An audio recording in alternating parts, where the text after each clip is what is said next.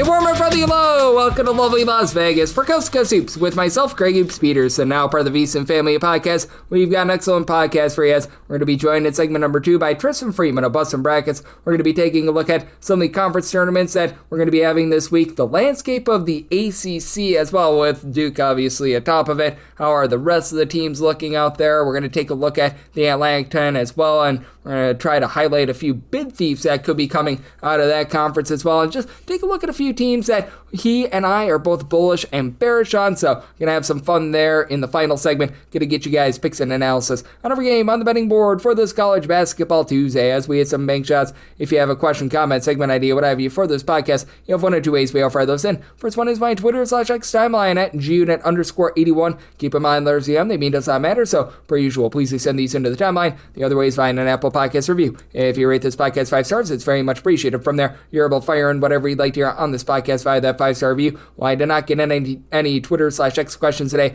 Had a fun day of college basketball on Monday. Let's take a look back at it, try to find some trends, and try to get to know these teams a little bit better. Games from yesterday is Greg buzzing about. Here is the rowdy recap. Duke absolutely crushes NC State, 93-64 the final. A rare over for Duke, 10 overs to 20 unders for them thus far this season, and for Duke, they're now 18-12 against the spread, as for NC State, they look to be lively for the first 10 or so minutes, and then it went into the utter abyss. As for Duke, they go in this game 11-28 from 3-point, shoot 55% from the floor. For NC State, 7-29 from 3. Darian Williams had 17 points, and really not much else. NC State actually won the turnover battle 7-6, but they get lambasted on the glass 43-32, and Cameron Boozer just continues to be amazing, 26 points, 9 rebounds, but also Dame Sarr was really able to step up. He controlled the game early, 16 points, 8 rebounds, and then for Arizona, their incredible season continues. They get the win, and they get the easy cover against Iowa State, this by a count of 73-57, and Arizona has been one of your better money-making teams in the country as well, 17-12-1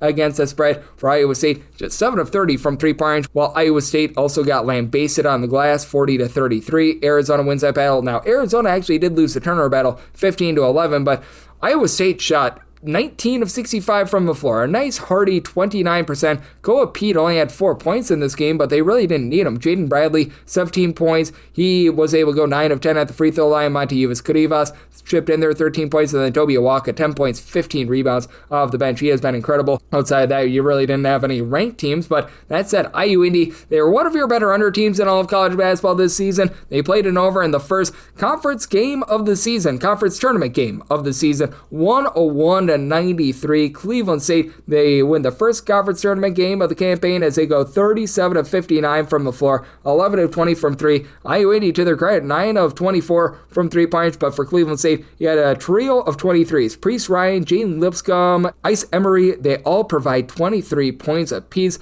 For IU Indy, they actually did win the turnover battle 17-12, but they also lost the rebound battle 37-30, and Cleveland State, they move on the Horizon League tournament, so yay, verily there. We saw quite a bit of MEAC and Southland action as well, and the Southland has been very interesting as one of your top cover teams has been Stone Cold Stephen Fawcett. They are 22-7 against the spread thus far this season, and depended a little bit upon your closing number against Carter Word, a lot of places had this number at 7.5, so you should have been able to get there. 76-68, the final for Stephen Fawcett, 12 of 24 from 3. They win the rebound battle 39-28. They've also been a solid under team, and this was, again, dependent upon your closing number, as a lot of places closed this right around 142.5. The opening number was 144.5, so in a lot of places, if you took the over late, you were able to get there. As for Incarnate Word, they tried their best to not get there. 3 of 9 at the free throw line. So if you had Incarnate Word with the points, that's the reason why you did not cover on that one. And for Incarnate Word, they actually win the turnover battle 8-4. But for Stone Cold Stephen Fawcett, they do find a way to persevere and get the job done out there. And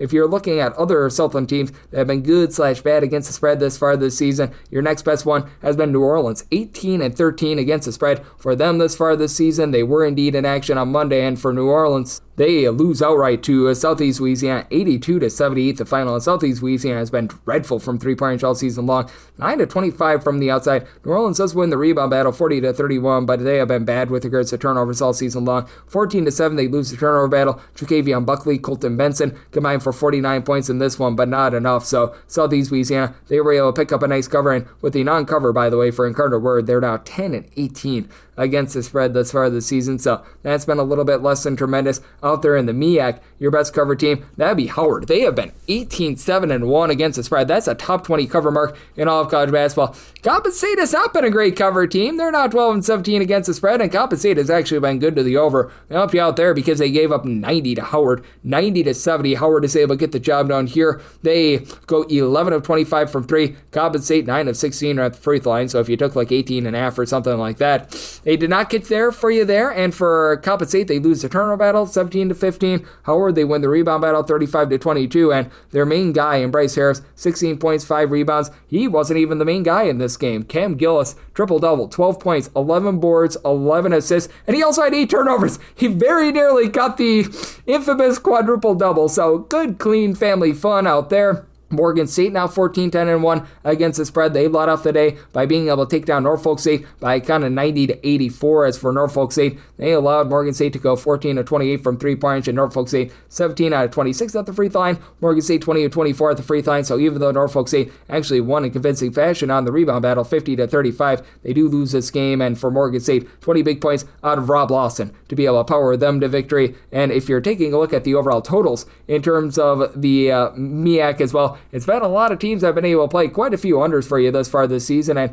none better than Delaware State. 6 overs to 17 unders thus far this season. They played themselves a slog against South Carolina State, 61-59. South Carolina State goes down the road. They get the job done. As for Delaware State, they actually shot it well at the free throw line. Both of these teams have been awful at the free throw line. For South Carolina State, 25 of 29, 20 out of 24 for Delaware State. Delaware State actually wins the rebound battle 33-28, but for South Carolina State, even though they went 16 of 42 from the floor and lost the turnover battle 12-11, they find a way because Delaware State, they went 3 of 15 from 3, 18 out of 50 from the floor. So not a lot of scoring out there. Maryland Eastern Shore has been a team that's been playing quite a few unders, but things got overwhelming in their game against NC Central. NC Central, another team, 11 overs to 13 unders, but 77-73 final in that one for Maryland Eastern Shore, with the over there now up to 13 overs to 15 unders, as Gage Lattimore, 23 points, 6 assists. That was able to carry the day for them. If you're looking at another Southland team that's been very interesting, UT Rio Grande Valley has been a team that's been able to play much better defense here recently. 18 unders to 11 overs.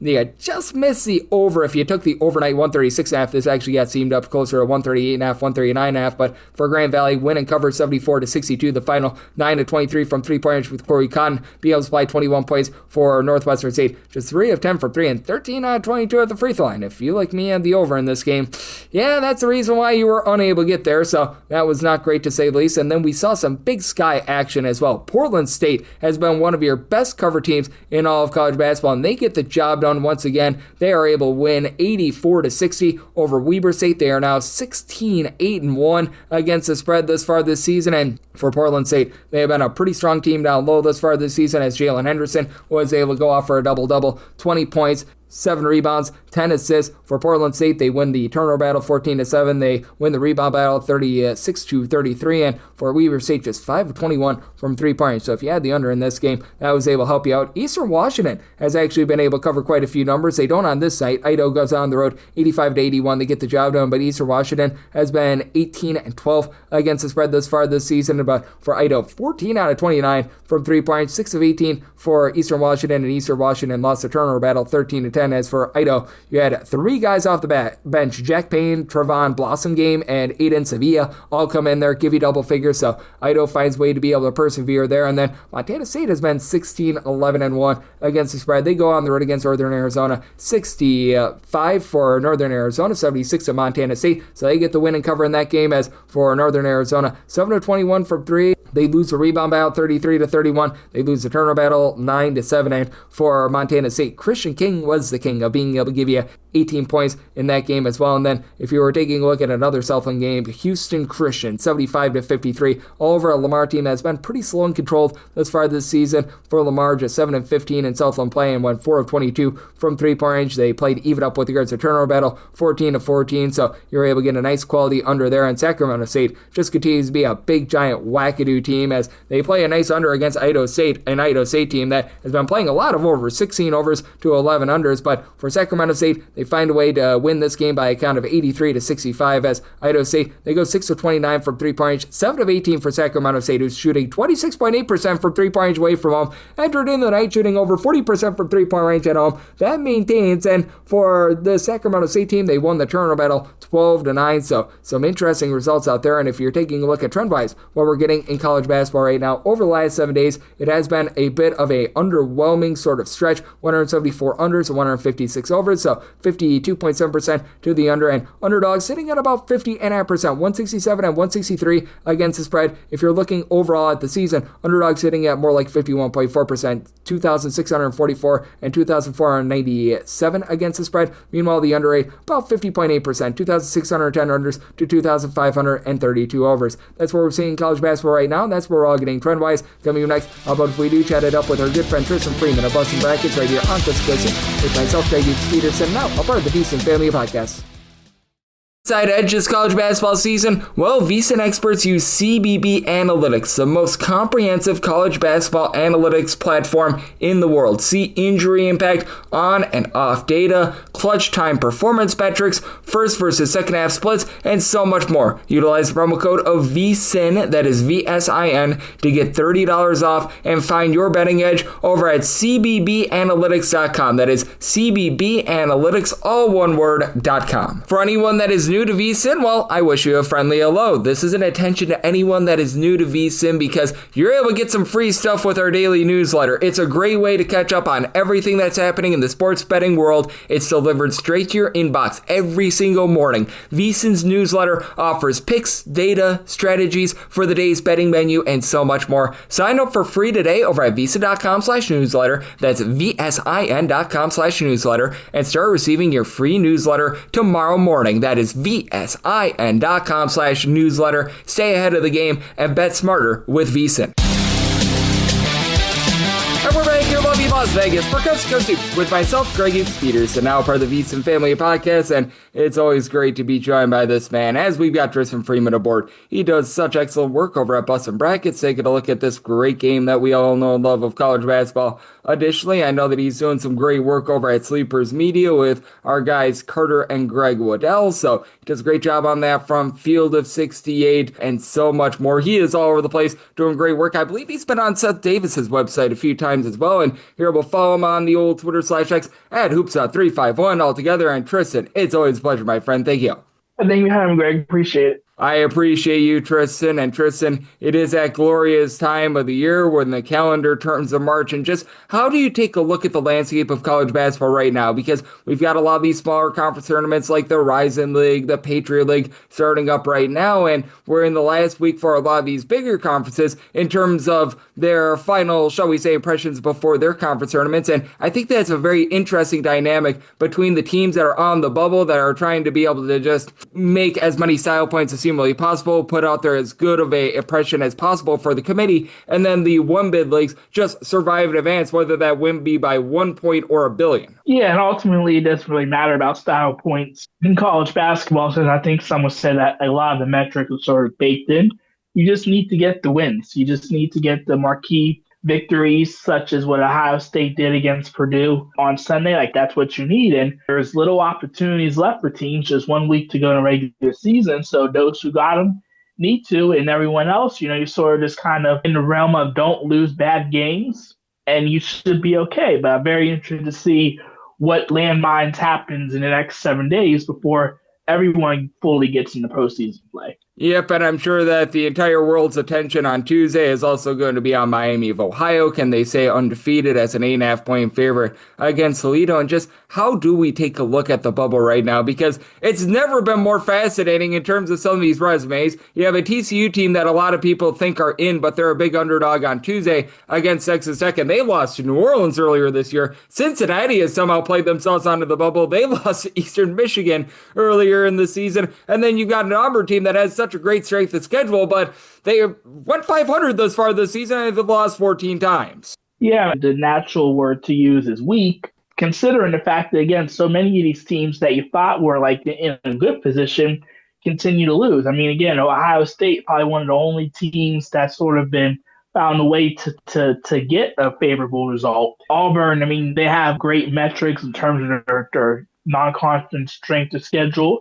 But, when you're one game over 500 and you just came off of two bad losses against teams at the bottom of the SEC, that's going to be what keeps you out of the tournament. And there's still plenty of potential bid thieves to watch as well as conference tournaments get underway. But some of these teams that continue to fall, it's giving opportunities for others to possibly either slide into the bubble, like you mentioned with Cincinnati, or for others who are just to safely find themselves in a field where they can feel pretty good where they stand.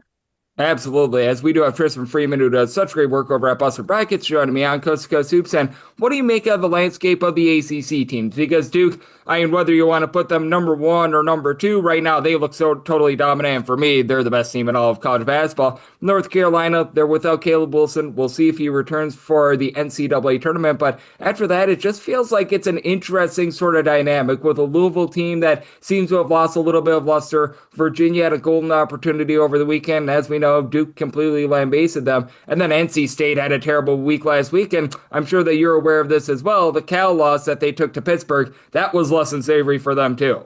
Yeah, clearly Duke is at the top of the league. I think if you want to make an argument, two teams with first-year coaches, Virginia, Miami, fighting for a second spot, I definitely give it to Virginia and Ryan Odom.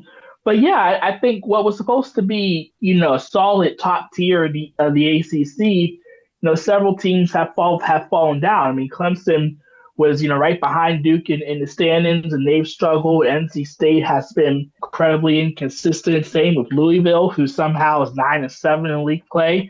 And then SMU, who at one point was safely in the field, they lost to Cal earlier in the week, and now they find themselves at 500 and not squarely in the dance. And then, UNC, credit to them, they found a way not to take too much of a step back without Caleb Wilson. Hopefully he's back. But yeah, it's clearly Duke. And I think if you're looking to see how many ACC teams can make a run in the dance, maybe it's only down to a couple of teams, which would be disappointing considering it felt like the ACC overall has taken a step forward in terms of how many viable programs in the top tier. But it's probably still just going to be Duke. At least the ACC has arguably the best team in college basketball that can cut down the foul nets, but fairly disappointing outside of them. Yep, I am right there with you. It has been a little bit of a rough last few weeks in the ACC with some of these tomato can teams being able to rise up. Like Wake Forest, they probably weren't on the bubble at this time last week, but losing to Boston College at home, man, that's not great to say the least as well. So lots and lots of teams have really stubbed their toe here this time of year, as Tristan Freeman, who does such great work over at Bustin Brackets, is joining me on Coast to Coast Hoops. And you were talking about a little bit before, the bubble is going to be impacted by bid thieves, and it feels like every single year the Atlantic 10 is one of those. And how do you take a look at the dynamic of this conference right now? Because we've got one or two conference games left for a lot of these teams, and a lot of these teams are going to be in action on Tuesday. We're going to be seeing what Dayton and Richmond are going to be able to bring to the table. We've got St. Louis in action. We've got a lot of good teams. How do you take a look at this Atlantic 10 where it's clearly St. Louis at the top, VCU, an interesting bubble team, and then everyone outside those two, I think, are bid thieves? St. Louis has looked much more vulnerable in the past couple of weeks. I mean, the final score doesn't indicate it, but it was a one-possession game with Duquesne with under 5 minutes to go on the road. And had they not gone 16-28 from deep, they could have lost that game. And, I think VCU has just as good a chance to win the league when it comes to the tournament postseason. But also look out for Dayton, who's been much better as of late. They're now on a winning streak. They had a really rough few games in the middle of league play, which got Anthony Grant sort of on the hot seat with the fans. But they've been very good as of late, and they could easily be a 3 or 4 seed that could be everyone's sort of dark horse pick to win. Yep, with Dayton, they were able to get that nice win against St. Louis. They've looked much, much better here over the last few weeks. One of the best teams in terms of generating turnovers in all of college basketball as well. And there's certainly a little bit of a dark horse. And is there maybe another team or two to watch out there in the Atlantic 10? Because I do think that game against Richmond is going to be very interesting, because I actually think stylistically that's not the world's greatest matchup for Dayton. And I just keep coming back to the Georges, George Mason, George Washington, two teams with a lot of promise coming into the year. It's been a little bit up and down for them. If either of those teams are able to figure it out, I think that those teams could be very dangerous come the conference tournament next week as well. Yeah, I mean, the talk in A10 circles is now that Rafael Castro is back and healthy, GW in the 8-9 game, in the 8-9 spot could be real dangerous for St. Louis because they were more than competitive with them when they played in the first go round when they were fully healthy. And George Washington, they have the shooters, they have the great big man. They're a team that absolutely can put up a fight. For some reason, they cannot win close games and they're not good in the clutch at all. I think they rank literally towards the bottom of the country in terms of luck per KenPom, but they are not an 8-9 team that's just like average in a league. They are a very talented team. They see St. Louis in that quarterfinal matchup.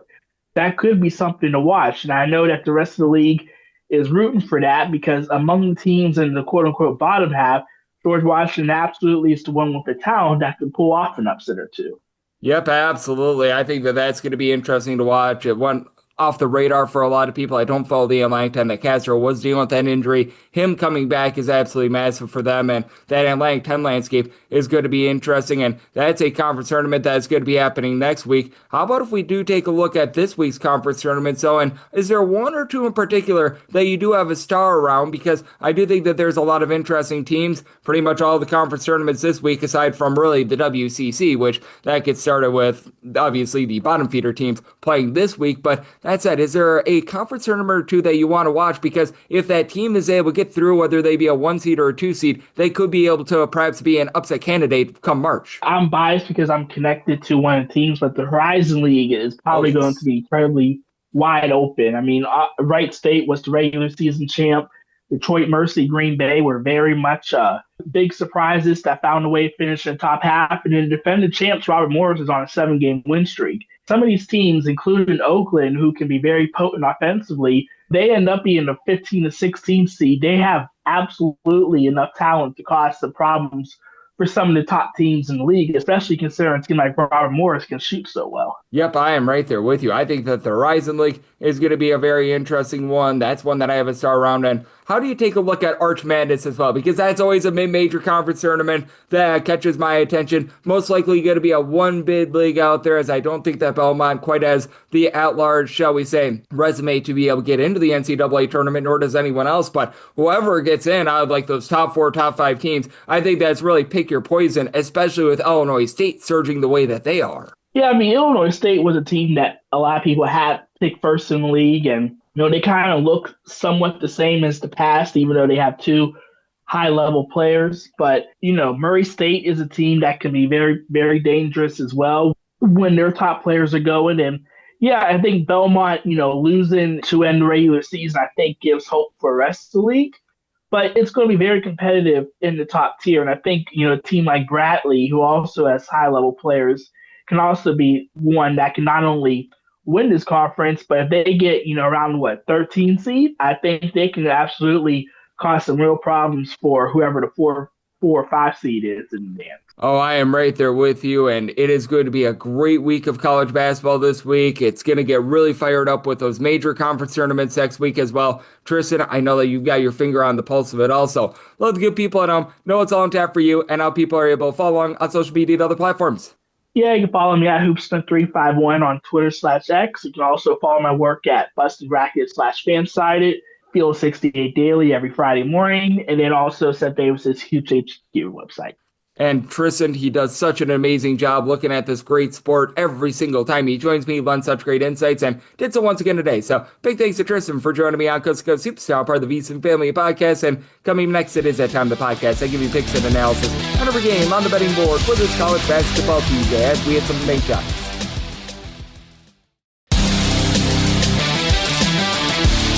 We're back here in lovely Las Vegas for Coast to Coast Hoops with myself, Greg Hoops Peterson, now part of the VSiN Family Podcast. Always great to be joined by Tristan Freeman, who does such amazing work over at Bustin Brackets. Every single time he joins me, he runs such great insights and did so once again today. So big thanks to Tristan for joining me in the last segment. Now it is that time of the podcast. I give you picks and analysis on every game on the betting board for this college basketball Tuesday as we hit some bank shots. Most financial establishments close at a certain time, but not here. It is time for a side and total on every game on today's betting board bank shots. Do note that as per usual, any changes that are made to these plays will be listed up on my Twitter/X feed at @GUnit_81. And we are going to be going in Las Vegas rotation order. This is time order for the bigger conference games, and then we get into the SWAC and the MEAC with regards to the extra games, along with the America East. The Patriot League is going to be at the absolute bottom because they've got a conference tournament that starts up here today, and then any conference tournament games do go to the bottom. So the Sun Belt, that'll be at the bottom of the normal Las Vegas rotation order. And with that said, if you're having a tough time following along with that, because it is a lot, I always put the order of the games with the description. So if you're listening to this on the old Twitter/X, if you're listening to this on Apple Podcasts, Google Play, if you just search a description, I've got all the games listed in order there because nobody uses a uniform system anymore. It drives me crazy, so I do that. 601-602 is how it starts. South Carolina is going to be playing those to Tennessee. Tennessee is a road favorite here of 8.5 to 9 points. The last game, 144 to 144.5, and I do like the under. I did somebody total at a 141.5. You've got a Tennessee team that's had a tough time taking care of the ball outside the top 235 in terms of turnovers on a per possession basis. Playing a little bit faster than in the past, but still not overly fast. 187th in terms of total possessions per game. South Carolina about as mid-tempo as it gets. 180th in terms of total possessions per game. And it's a South Carolina team that just has had a really tough time being able to shoot from three. Outside the top 300 in terms of three-point shooting percentage. They take care of the ball. They're a top 75 team in terms of fewest turnovers on a per possession basis. Overall, though, they're about 142nd in terms of points scored on a per possession basis, and have a Tennessee team that has been solid with their offense, 50th in terms of points per possession, but they are also scoring about 15.6 points fewer per 100 possessions when they're away from home rather than when they are at home. And it's still a Tennessee team that, even though they might not be quite the same team defensively that they've been in the past, they're still 38th in terms of points allowed on a per possession basis, and that's why I'm going to be willing to lay. Should be noted that your top scorer in conference play, Nate Ament, he is not going to be available in this game, but I still am willing to lay with Tennessee. He was averaging about 20 points per game, but still have a lot of weapons around him and a lot of great rebounders. Jacoby Gillespie has been a little bit rough with the turnovers, but he's still done a nice job lifting this team with about 5.5 assists, 18.5 points, shoots 35% from three, and then with Tennessee, they're going to grab a bunch of second and third chances. Depending upon the day, they're either number one or number two in the country in terms of percentage of the missed shots that result in an offensive rebound, as you've been able to get a lot of that out of Ament. Jalen Carey gives you 3 offensive rebounds per game, 7.5 points per contest, 6.3 overall rebounds per game. Felix Zapara, he gives you a block and a half, 6 boards, 7 points per game, and that's just too much for South Carolina to be able to match up with, in my opinion, as you've got Mongolian Mike, who's giving you 11 points, 5.5 rebounds per game, and he's the lone guy on the roster that gives you over 4 rebounds per game. You've had Michi Johnson supply 17 points, but this team is going to have no answer down low. They're outside the top 235 in terms of opponents' 2-point shooting percentage. Pair that with their bad 3-point shooting percentage. I think that's doomsday. If South Carolina can get to the free throw line, they do shoot 79% at the charity stripe, but not necessarily a Tennessee team looking to generate a bunch of turnovers, and I do think that in this slower tempo game, Tennessee wins from within. I'm willing to lay up to 9 with Tennessee. I like the under. Somebody total at a 141, 603, 604. Eastern Michigan is going to be on the road against Buffalo. Let's go Buffalo, as they are a favorite of 2.5 to 3.5 points. Seeing a 4 now out there as well. Totals between 144 to 144.5, and I did set a total of a 144.5. Right now, I'm seeing a 145.5 out there, and personally, I'd rather take the 145.5 to the under rather than like a 144 to the over,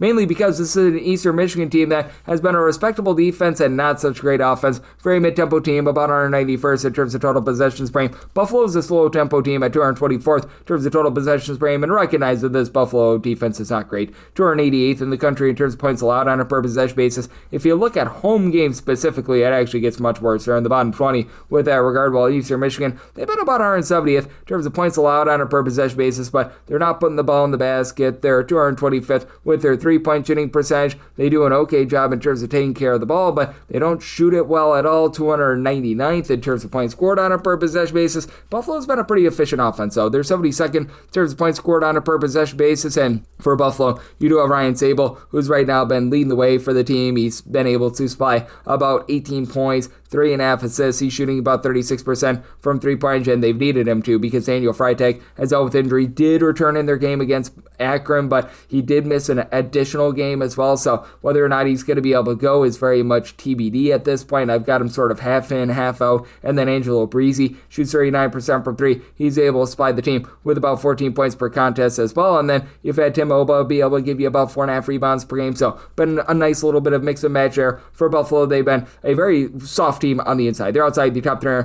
with regards to opponents' 2-point shooting percentage. Meanwhile, you've got an Eastern Michigan team that's outside the top 275 with their 2-point shooting percentage. You've only got 2 guys that average over 7 points per game on the roster because Carlos Hart was a part of that FBI probe in January, so that means that Mohamed Habab and Edison Patterson have to do everything. They combine for 27.6 points per game. Between the two of them, you're getting nearly 14 rebounds, 6 assists, 2 steals, 2 blocks per contest, but both guys shoot less than 29% from 3-point. Gregory Lawson is all of a sudden shooting 46% from 3. He's supplying you with about 7 points per contest, and it's an Eastern Michigan team that is a top 125 team in terms of opponents' 3-point shooting percentage. They're a country average team with regards to rebounding outside the top 235 in terms of ball security, so I would rather have that 145.5 to the under rather than the 144 to the over, but I do think that with Eastern Michigan just lacking pizzazz on offense, that Buffalo going to be able to get the job done here. We want to lay up to 6 with Buffalo, and I do like that under 605, 606. Alabama is going to be on the road against Georgia, and UGA is a 1.5 point favorite total on this game. 179.5. Set my total at a 177.5. Can't say that I'm jonesing for the under, but I am in on the under, mainly because with Alabama, even though this team is going to generate no turnovers whatsoever, their games are very, very clean. Alabama is a bottom 5 team in the country in terms of turnovers generated on a per possession basis, but also a top 25 team in terms of taking care of the ball. It is an Alabama team that has not been too bad with regards to opponents' shooting percentages. Like, they're 50th in the country in terms of opponents' 2-point shooting percentage overall, and games played away from home that actually goes into the top 35. And Georgia's not necessarily a great 3-point shooting team. Alabama's still, they're not the world's worst team in terms of guarding the arc. Teams away from home shoot about 32.5% from 3 against them. That is a top 100 mark in the country, so that's enough for me to get in on the under. But for Alabama, I think that they win this game. Aiden Holloway shooting 44% from 3, supplying you with about 16.5 points per game. LeBaron Filan is out with injury, but returned over the weekend. 21 points, 5 assists, shoots 38.5% from 3. And one of the biggest things for Georgia is their ability to generate turnovers at home. They're a top 45 team in terms of turnovers generated on a per possession basis, in specifically their home games, and this Georgia team is giving up second chances like crazy.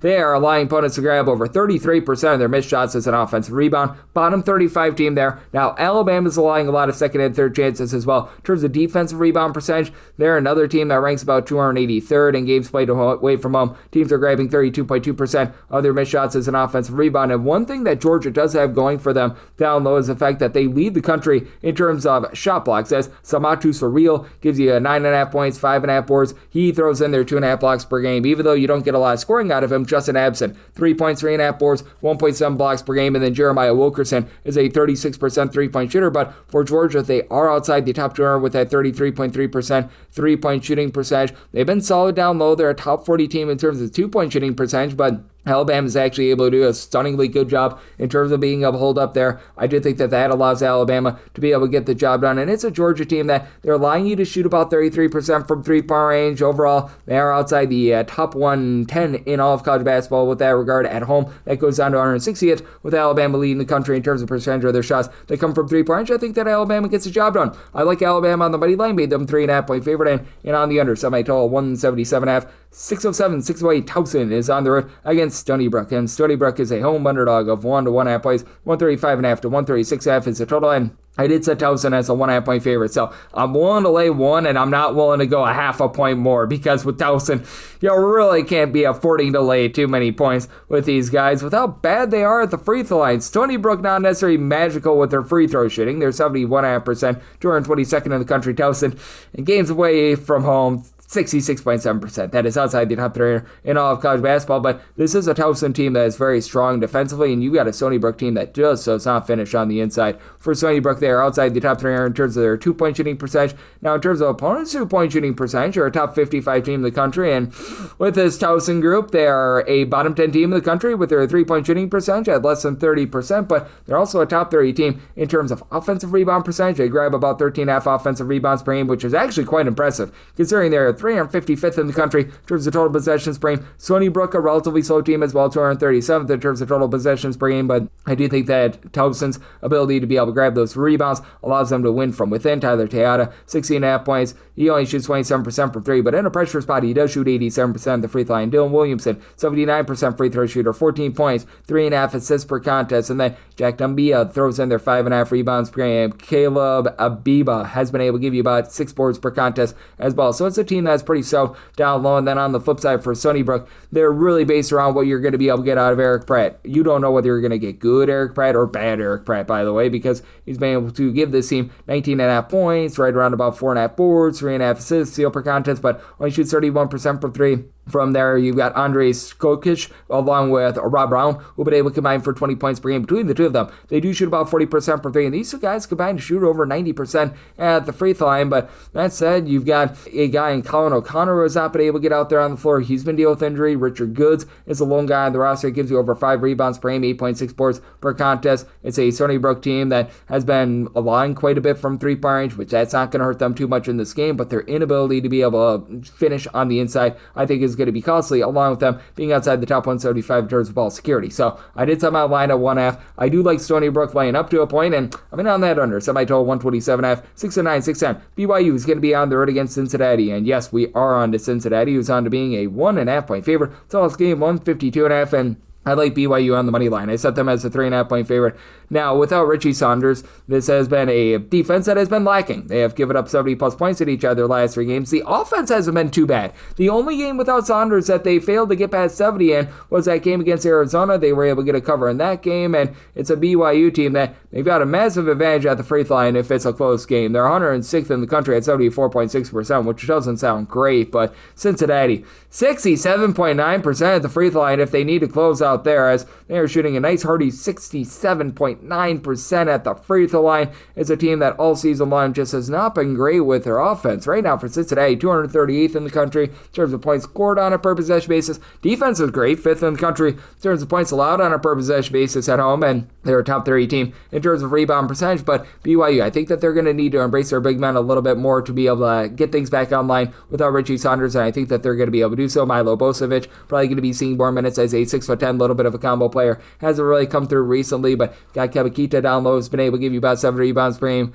Kadam Mubap, hopefully I got that correct. He's been able to give the team 5 rebounds, gives you really no scoring whatsoever, and right now with the injury to Saunders, that leaves you with only 2 guys averaging double figures. Robert Wright, he has been Mr. Wright with about 18 points, 5 assists from 3-point. He's shooting 43% from 3, and then AJ Dabansa, 25 points, some boards, 3 assists, a steal, shoots 36.5% from 3, and on the flip side for Cincinnati, you do have 2 guys that have really been able to light it up from 3-point range. Jizzle James, who was out for the first 10 or so games of the season, he's elevated the offense, gives you 11 points, 2.5 assists, shoots 44% from 3, and then Dede Thomas shoots 40% from the outside, and then Baba Miller, Mustafa Team, they combine for about 25.5 points per game down low. Between the two of them, neither guy shoots above 65.5% of the free throw line. They combine for 16.5 boards, so you get 2.7 blocks per game, so they're very stout on the inside. They will allow a little bit from 3-point range, though, and again, with how untrustworthy this team is at the free throw line, and with BYU still being a top 35 team in terms of points scored on a per possession basis, really haven't taken too much of a fall on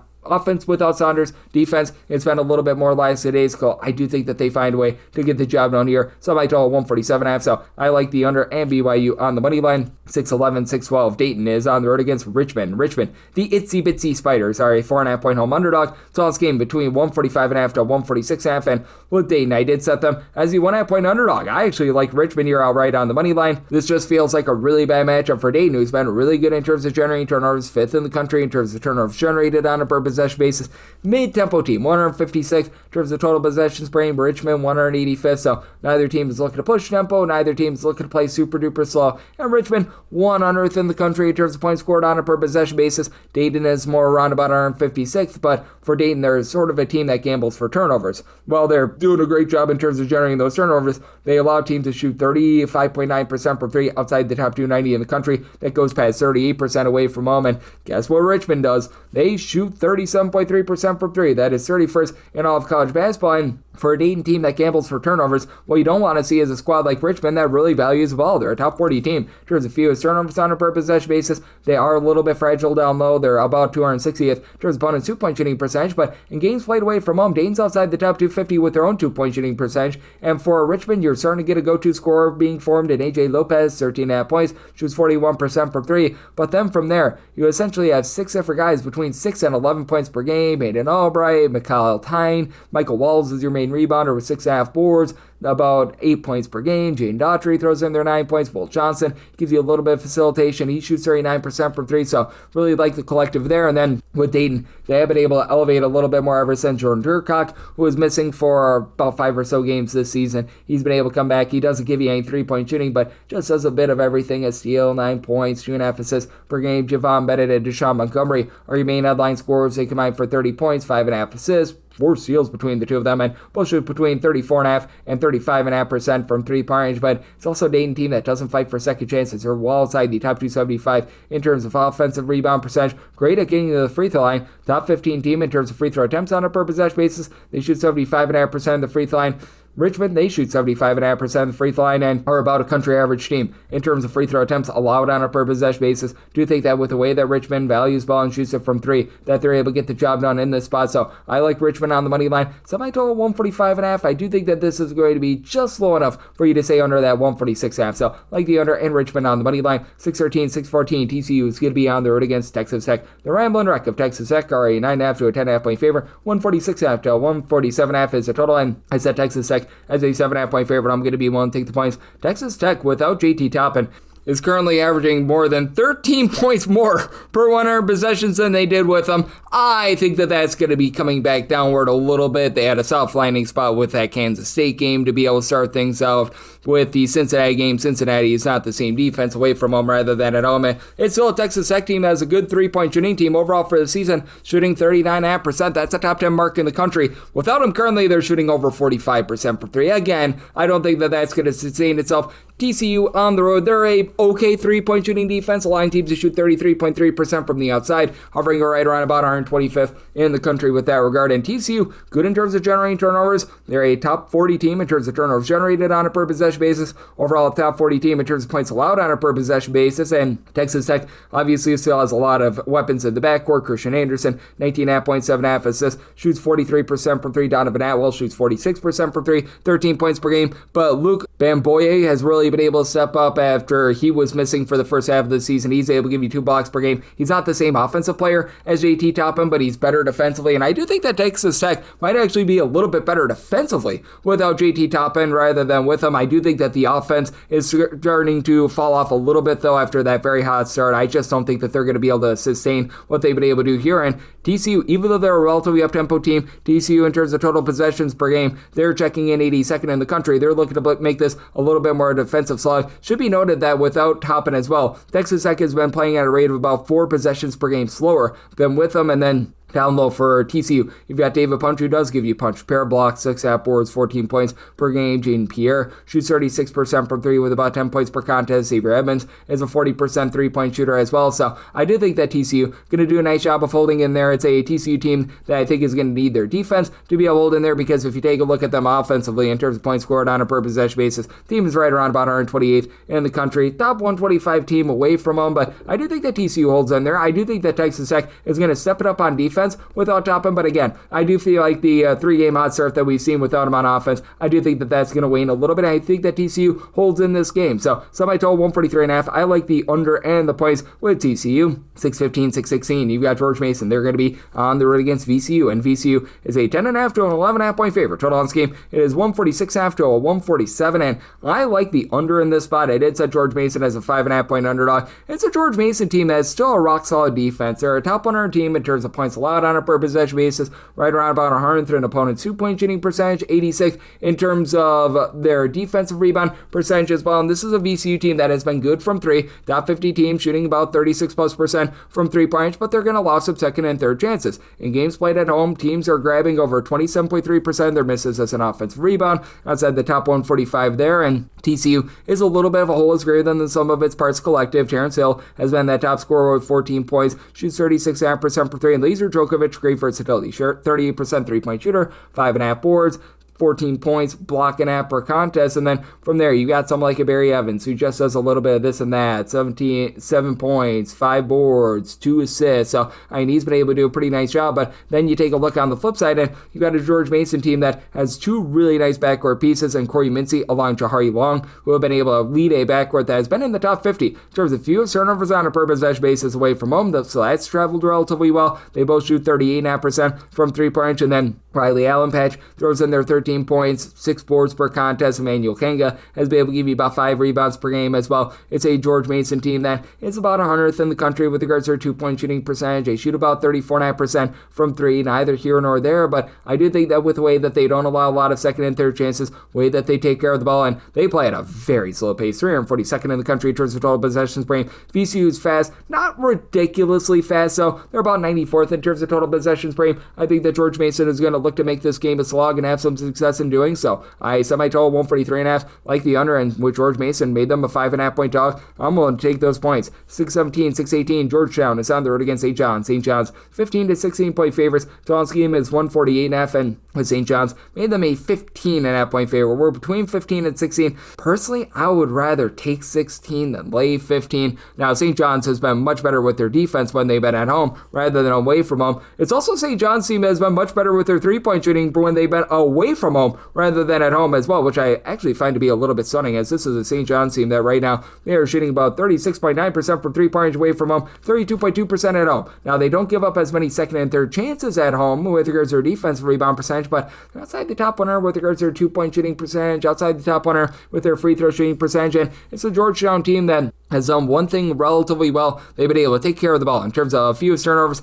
on a per possession basis. This is a Georgetown team that it's acted up on them a little bit, but they're still a top 80 team with that regard. And Vincent Iwuchukwu, I think, is a really big X factor for this unit. As for Iwuchukwu, he was missing for like 10 games earlier in the season. He's a true 7-footer that gives you a block and a steal per contest. He throws in there 6 rebounds, 12 points. He's able to pop it from 3, but doesn't necessarily pop a ton of them. But KJ Lewis, Malik Mack, they've been able to combine for about 28.5 points per game. You've got Julius Alafano who's been able to give you 4.5 boards. So these guys are able to do a really nice job in terms of contributing to the cause. With St. John's, they have been a top 40 team in terms of turnovers generated on a per possession basis, but when they don't generate turnover, they do leave themselves a little bit vulnerable to giving up some open looks, and it's a Georgetown team that is not a good shooting team as a whole. They're outside the top 230 with regards to both their 2-point and 3-point shooting percentages. And then for St. John's, you've got Zuby Ejiofor. I believe he had a triple-double in the last game. He gives you a steal, 2 blocks, 15.5 points, 7 boards, and he just does a little bit of everything for this team. Bryce Hopkins has been able to throw in their 13.6 boards. Dylan Mitchell, 7 rebounds at about 8.5 points per game. But right now, your leaders in terms of facilitation,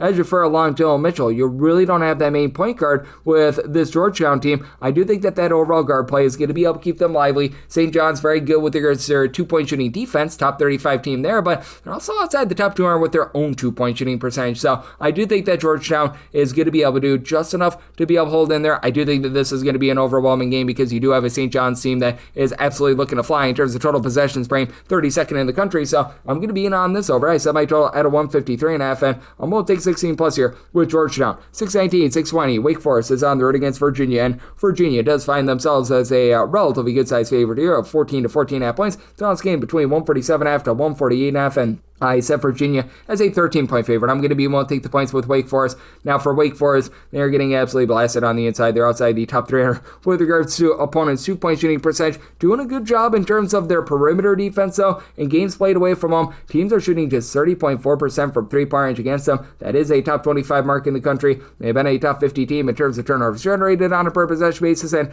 Virginia, despite the fact that they got completely dump trucked by Duke over the weekend, they've still been a solid defense. They're 35th in terms of opponents' 3-point shooting percentage. You look at them just in terms of raw points allowed on a per possession basis. This is a team that is 28th in all of college basketball. They really don't generate a lot of turnovers, but they're not allowing teams to be able to get good, clean looks whatsoever. So as a result, I did set a total of a 147. So at the 148 plus, I'm going to be in on the under end. Wake Forest is a relatively up-tempo team, about 106th in the country in terms of total possessions per game. Virginia really not looking to push any sort of ridiculous tempo, 220th in terms of total possessions per game, and Virginia is a top 10 team in terms of percentage of their missed shots that result in an offensive rebound, and this is a Wake Forest team that is going to give up a lot of second and third chances. They are outside the top 200 with regards to defensive rebound percentage, but you do have Juke Harris give you 21.5 points, 6 half boards. He shoots 35% from 3. Miles Colvin has been a 37% three-point shooter, 4.5 boards, 12 points per game, and then I like the fact that Nate Kalmezi has cut down on the turnovers this year. 5 assists at 2 turnovers, 10 points per game, mid-30s three-point shooter, and if Wake Forest can find a way to get to the free throw line, they shoot about 76.5% at the charity stripe. That's a top 50 mark in the country, and this Wake Forest team has been able to do a relatively solid job in terms of giving themselves some shot blocking, as well as they've been able to get a little bit of a block down low out of Trayvon Spillers. Now, it doesn't quite compare to Virginia. Virginia is a top 10 team in terms of shot blocking, as you've got a pair of guys in Jonah Grunlow, along with Gunnar Onyesu, who combine for about 5 blocks per game between the two of them. You're only getting about 15 points per game, but Thaddeus Ritter, 16 points, 6 boards, shoots in the mid-30s from 3. Sam Lewis, a 38% three-point shooter. I do think that Virginia was a top 70 team with regards to their 2-point shooting percentage, top 75 team in terms of their 3-point shooting percentage. They're going to do a solid job on offense,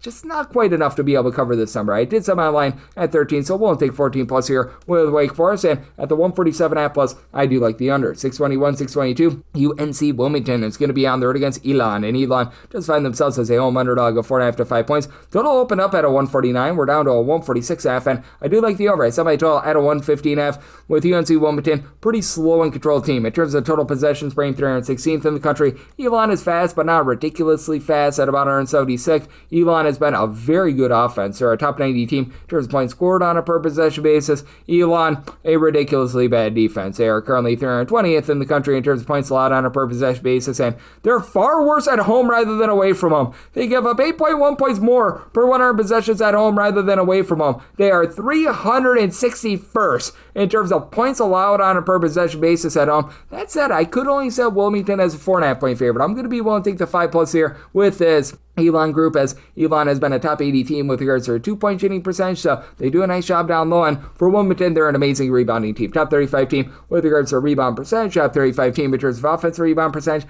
They are 285th in terms of their 2-point shooting percentage, about a country average team in terms of their 3-point shooting percentage, and they do not relinquish any good 3-point shooting chances whatsoever. Teams are shooting 30% from 3 against them. That is a top 20 mark in the country. We've got Nolan Hodge, who's able to give you about 15 points, 4.5 boards, and then you've got Patrick Wessler as a true 7-footer dominating down low, 9.5 boards, a block, 13.5 points per game. It's May Day when Christian May goes off for 10.5 points, shoots 36% for 3. But for Elon, they've got the best overall scorer in this game, as Chandler Cottrell has been continuing to give the team 20 plus points per contest, throws in their 6.5 boards, and then the guys around him shoot it really well from 3. They are dealing with the injury to Capra Kalanzic, who was shooting 44% from 3, but saw Bryson Cockley give you 12.5 points, shoots 40% from 3. Randall Pettis, 35.5% three-point shooter, 11 points, throws in there a 1.5 per contest. It's an Elon team that has done a nice job taking care of the ball. Top 85 team in terms of fewest turnovers on a per possession basis, and Wilmington is not going to put you under duress. They're outside the top 275 in terms of turnovers generated on a per possession basis.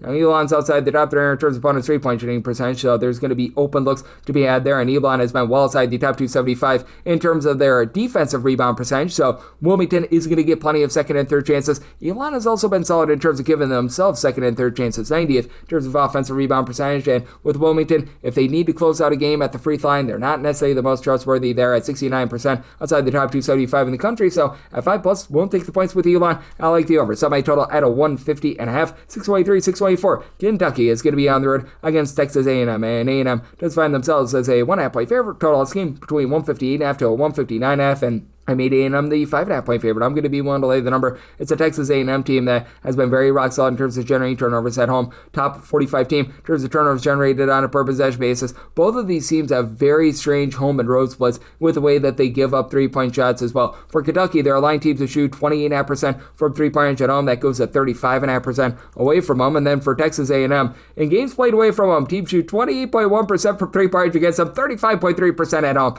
I think that A&M split is going to start to iron out a little bit more, and for Texas A&M, you just have weapons upon weapons for the team that I think allows them to be able to get a lot of good buckets down low. As for Kentucky, in games played away from home, they're outside the top 225 with regards to their own 2-point shooting percentage. Texas A&M, they've been vulnerable on the inside. They're outside the top 190 in terms of opponents' 2-point shooting percentage, so that's not going to be unearthed there. And then you've got an A&M team that's shooting 36.5% from three, top 55 mark in the country, being headlined by Papa Isaacs here in conference play, being able to go off for about 10 points, shooting 40% from three. Rylan Griffin, Ruben Dominguez, both shoot 40+% from three. They both give you between 10.5 and 11 points per game. If you need a closeout at the free throw line as well, out of your top 4 scorers, all but one of them shoot at least 76.8% at the free throw line as well. And all of a sudden, Zach Clements, who stands 6'10", he's been able to show off a lot of versatility recently. He's had 9+ points in, I believe, now 5 out of the last 6 games. He's shooting 44% from three at 6'10". I think that that's an element that is going to be tough for Kentucky to match up with, even though you've got Malachi Moreno, who has a 7-footer, has been able to step up, give you about 8.5 points, 6.5 boards. It does run there a pair of assists as well. And then I like the game of Colin Chandler. He's been giving you 10.5 points,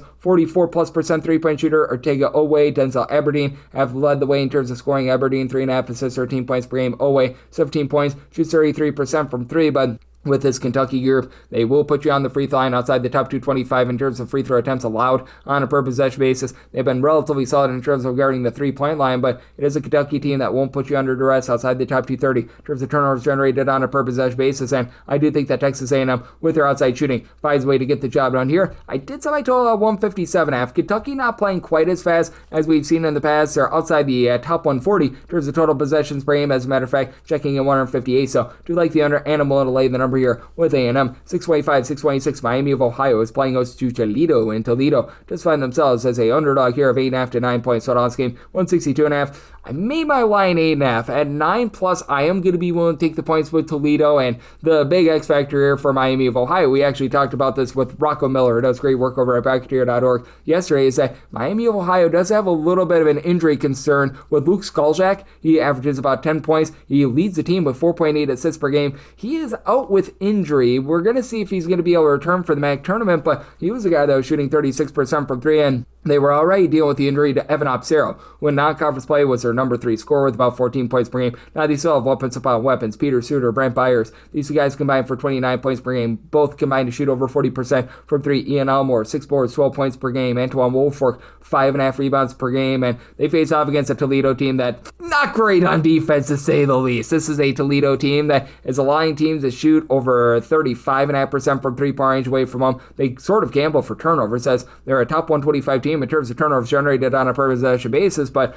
they are overall 273rd in the country in terms of points allowed on a per possession basis. We'll say this about Miami of Ohio, though. One thing that they don't do is grab offensive rebounds. They are outside the top 280 in terms of percentage of their missed shots that result in an offensive rebound. It's a Miami of Ohio team that overall is 77th in the country in terms of points allowed on a per possession basis, but in their home games, that does fall outside the top 95, and this has been a Toledo team that, even though they are bad on the glass themselves, they are well outside the top 200 in terms of overall rebound percentage. Austin Parks does give you about 5.5 rebounds per game, but you do have a pair of guys that in the backcourt have stepped up and done a nice job in terms of giving you scoring. Leroy Blyden Jr. has been a great sharpshooter with about 16 points, 4 assists. He shoots about 39.5% from three. Sonny Wilson shoots 39% from three, 17 points, 4.5 assists per game. Toledo does a great job in terms of taking care of the ball. Top 70 team in terms of fewest turnovers on a per possession basis, hovering right around about 102 point shooting percentage. They're overall about 68th in the country in terms of points scored on a per possession basis in a road/core venue that goes into the top 55. So I think that you're going to get a nice scoring expose here with the Toledo team that is more mid-tempo, 145th in terms of total possessions per game. Miami of Ohio, 39th in the country in terms of total possessions per game, but I do think that the Skolczak injury hurts this Miami of Ohio team, not just with regards to facilitation on offense, but also defensively as well. That allows Miami of Ohio to be able to get the job done, but not quite by margin. I set my line at 8.5, so at 9+, I'm going to be willing to take the points here with Toledo, and I'm going to be in on this total over as well. So my total 166.5, 627, 628. Ohio is going to be on the road against UMass. UMass finds themselves as a favorite of between 2.5 to 3 points. So on this game, it is 156.5 to 157.5, and made my total 157.5. So 156.5, my max buy point on the over. You've got a UMass team that's looking to play very fast in terms of total possessions per game, 23rd. Ohio's a pretty up-tempo team as well, 101st in terms of total possessions per game. Ohio's not been able to shoot it well from three. They are still outside the top 300 with regards to their three-point shooting percentage. Big reason why they are currently 204th in the country in terms of points scored on a per possession basis, but they should be able to get to a UMass defense that they've actually been okay in terms of generating turnovers. Top 150 team with that regard, but they're outside the top 270 in terms of opponents' 2-point shooting percentage at That's where Ohio's been able to feast. They've been 75th in the country here in 2-point shooting percentage, and in games played away from home, it actually gets a little bit better. When they're away from home, they do get into the top 65 with that regard, and for UMass, they've actually been a really good defensive rebound percentage team. They do rank in the top 30 with that regard, as teams are grabbing less than 24.5% of their missed shots as an offensive rebound, and for UMass, they themselves, top 100 team in terms of offensive rebound percentage. They're much better with their 3-point shooting percentage than they were a season ago as well, hovering right around about on earth at 35.6%. Marcus Banks Jr. has been a big reason why, 16.5 points, and he makes 38% of his threes. Kajai Parker is now shooting 42% from three, supplies about 11 points per game. For UMass, though, the trepidation that you do have with this team, I'm still willing to lay it, but they do shoot just 66.9% at the free throw line. That is outside the top 330 in all of college basketball. Meanwhile, you've got an Ohio team that they're just, again, don't shoot it well from three-point range whatsoever, as you've had Jackson Pavletsky come in, give the team 16.5 points, 5 assists. He shoots 32% from three, and you do have a Jay Shelton who's been able to shoot 39% from three-point range, about 8 points per contest. The only other guy that shoots above 30% from three on the team is J.J. Kelly, who's been able to give you about 35% three-point shooting, 9 points per game. You've got two guys that have been able to combine for about 13 rebounds, and Javon Simmons, Aiden Hadaway, but this is a team that's getting had down low as well. For Ohio, they're outside the top 225 in terms of their overall rebound percentage, and they are absolutely not guarding the arc whatsoever. I recognize that UMass is not necessarily a team that is going to be going bombs away from three, even though they shoot it quite well. They're looking to pound the ball inside, but for Ohio, right now, they are 332nd in opponent's three-point shooting percentage at 36.8%, goes up to 38.6% away from home. So even though UMass is not necessarily the world's greatest team in terms of being able to hit those free throws, I do think that they're going to be able to find some good looks from the outside and be able to get the job done in this ordeal. I did set my total 157.5. I think that this is an up-and-down game that sees a lot of 8 buckets, so I'm going to be in on the over, and I'm willing to lay it with the Minutemen of UMass. 629, 630. Monmouth is on the road against Northeastern, and Northeastern is a home underdog of 4 to 4.5 points. 148.5 to 149 is the total, and I did make a total of a 147.5, so I do like the under. If I have a Monmouth team that's not looking to push a live tempo, 234th in terms of total possessions per game. Northeastern is faster than they have been in the past, 132nd in terms of total possessions per game, and this team is just getting absolutely dumped on defense. They are outside the top 300 in terms of points allowed on a per possession basis, and they're allowing teams at home to shoot 41.5% from three.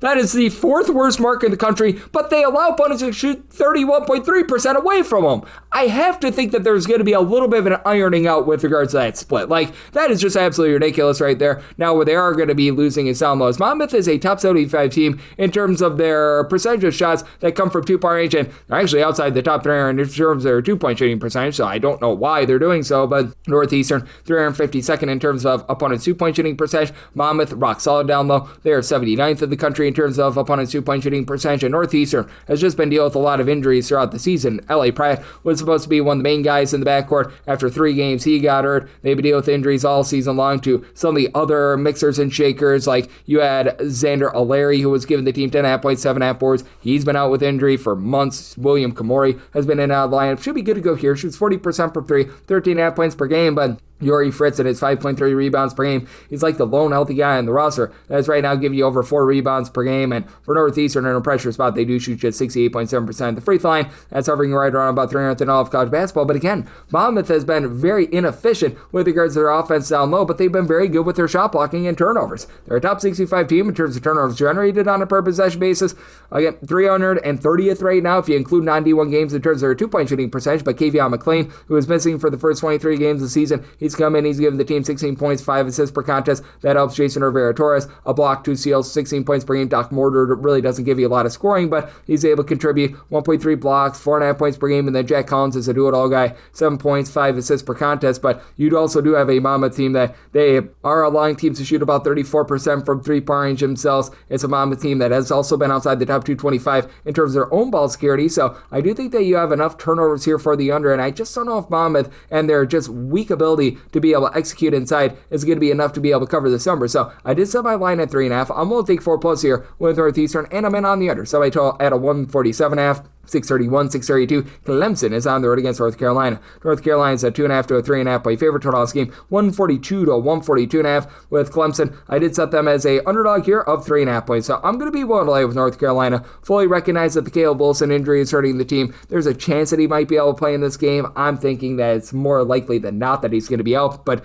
you do have Henry Visar, and that is big because he was dealing with injury for a few games as well. He's come back and he has been able to give this team a massive shot in the arm. 16.5 points, 8.5 boards, block and a half per contest, and then we've had Seth Trimble really be the, shall we say, quarterback of the backcourt. 2.5 assists, only shoots about 32% from three, but he hits the big shots for this team. 14.5 points per game, and it's a team that's not really going to be looking to go bombs away from three. And the forte of this Clemson defense, a Clemson defense has been very good. They're 32nd in the country in terms of points allowed on a per possession basis, is the fact that they don't give you any sort of good looks from three-point range whatsoever. They're much stronger with regards to their perimeter defense rather than their interior defense, as Clemson about 61st in the country in terms of opponents' two-point shooting percentage, top 35 in terms of opponents' three-point shooting percentage, and North Carolina in games played at home, they're a top 10 team with regards to opponents' two-point shooting percentage, while you have a Clemson team that is neither here nor there with their three-point shooting. They shoot about 34% from three. That's a country average. They're in the top 75 in terms of their two-point shooting percentage, and it's a whole screw and then the sum of its parts sort of outlet for the team, as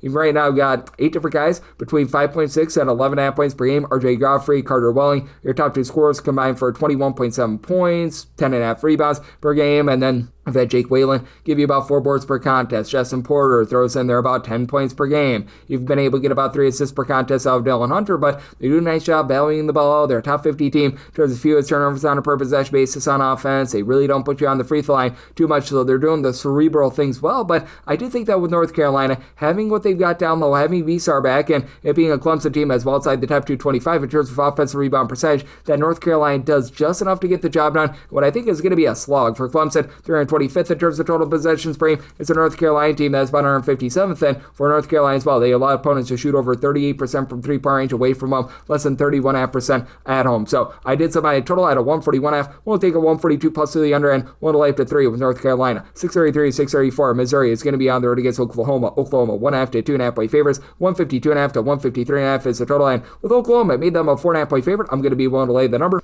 I just continue to be a little bit of a believer in this Oklahoma backcourt when you got a guy in Xavier Brown who's able to give you 14 plus points per contest. Nigel Pack, he packs it in. He shoots 40% from three-point range. He's been able to give you 16 plus points per contest. I just default to that a little bit more rather than what you're able to get out of a Missouri team that has been turning the ball over a lot. Missouri outside the top 275 in terms of ball security. It's a Missouri group that is much better on the glass than they have been in past years, and this is a Oklahoma defense that has taken massive strides back in. To the credit of Missouri, they're stronger down low. They're about 46th in the country in terms of opponents' two-point shooting percentage, but it's also a Missouri team that is not the same on offense when they're away from home. Missouri overall 56th in the country in terms of points scored on a per possession basis. They score about 12.2 points fewer per 100 possessions when they're away from home rather than at home. Now we are seeing the residuals of getting back Jaden Stone, who was dealing with injury towards the beginning part of the season. He's supplying the team 14 points, 5 boards, pair of assists, shoots 39.5% from three-point range, and it's a Missouri team that down low is a top 50 team with regards to their two-point shooting percentage. You have to have trepidations if they need to win this game at the free throw line, though. They are shooting 68.9% of the charity stripe. That's outside the top 290 in all of college basketball. They've also been dealing with Jacob Cruz being in and out of the starting lineup. I know that he had a little bit of ailment, and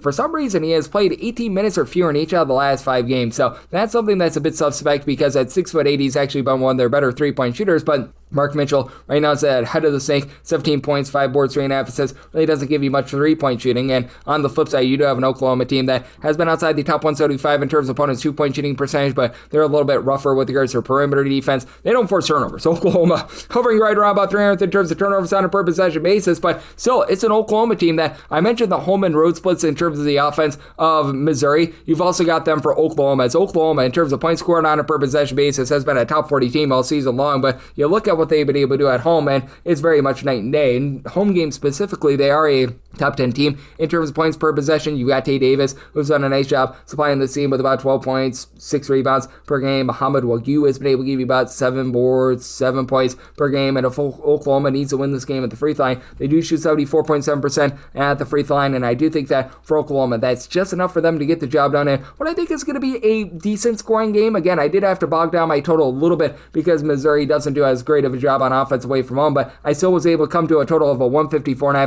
think that the late fouls get you over, so in on the over and a modal 8 here with Oklahoma. 635, 636. Seton Hall is on the road against Xavier. The X-Men find themselves as a 1 to 1.5 point home underdog. Total on this game 144 to 144.5, and with Seton Hall, I did make them a 1.5 point favorite. So one or less, I'm going to be willing to lay with Seton Hall. This is a Seton Hall group that does not have very much shooting whatsoever. They are outside the top 295 in terms of both their 2-point and 3-point shooting percentage. They've been a pretty solid team in terms of the offensive glass. So, and I will say for Xavier, the two things that they've been able to do a really nice job of, they've been a top 55 team in terms of fewest turnovers on a per possession basis, and they're not allowing a ton of second and third chances. 53rd in the country in terms of defensive rebound percentage, and specifically their home games teams are rebounding only about 23.2% of their missed shots as an offensive rebound. However, it's right around about 50th in the country, and for Seton Hall, that's the way that they're looking to get their offense generated. 37th in the country, rebounding 33.7% of their missed shots as an offensive rebound, but also a Seton Hall team that's in the top 10 nationally in terms of points allowed on a per possession basis,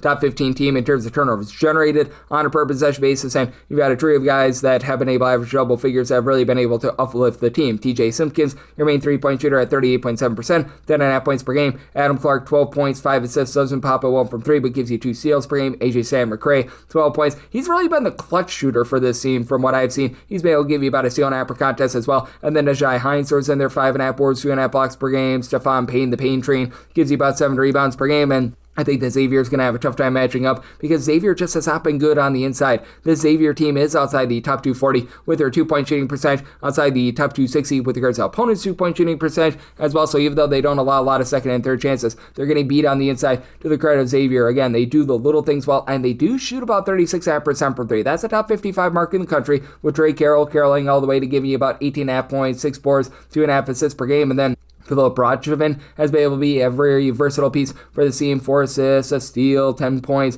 8 rebounds, shoots about 32% for 3. Jovan Milcevic has been your top 3-point shooter at about 44% from the outside, but with the way that Seton Hall does a great job defensively, and the top guys have been able to shoot it quite well at the free throw line for Seton Hall. They overall shoot 71.8% at the free throw line, but you've got Sam McCray and Simpkins both shooting 78+% at the free throw line. Adam Clark 72.5%. I think that that's just enough for them to go on the road, get the job done in a game that I think that they're going to slow down. Xavier is a top 60 team in terms of total possessions per game. Seton Hall well outside the top 270. I think that this is a slog. Semi-total 137.5. I like the under end with Seton Hall. I'm going to lay up to a point with them. 637, 638. Campbell is going to be playing us to North Carolina A&T. A&T is an underdog of 7.5 points, 156.5 to 157 is the total, and made my line 6. I'm going to be willing to take the plays with A&T. It's an A&T team that has been a relatively mid-tempo team, 155th in terms of total possessions per game. Campbell's looked to crank it up a little bit, but not a ton. 139th in terms of total possessions per game. And to the credit of Campbell, they've been a top 100 team in terms of percentage of their best shots that result in an offensive rebound. And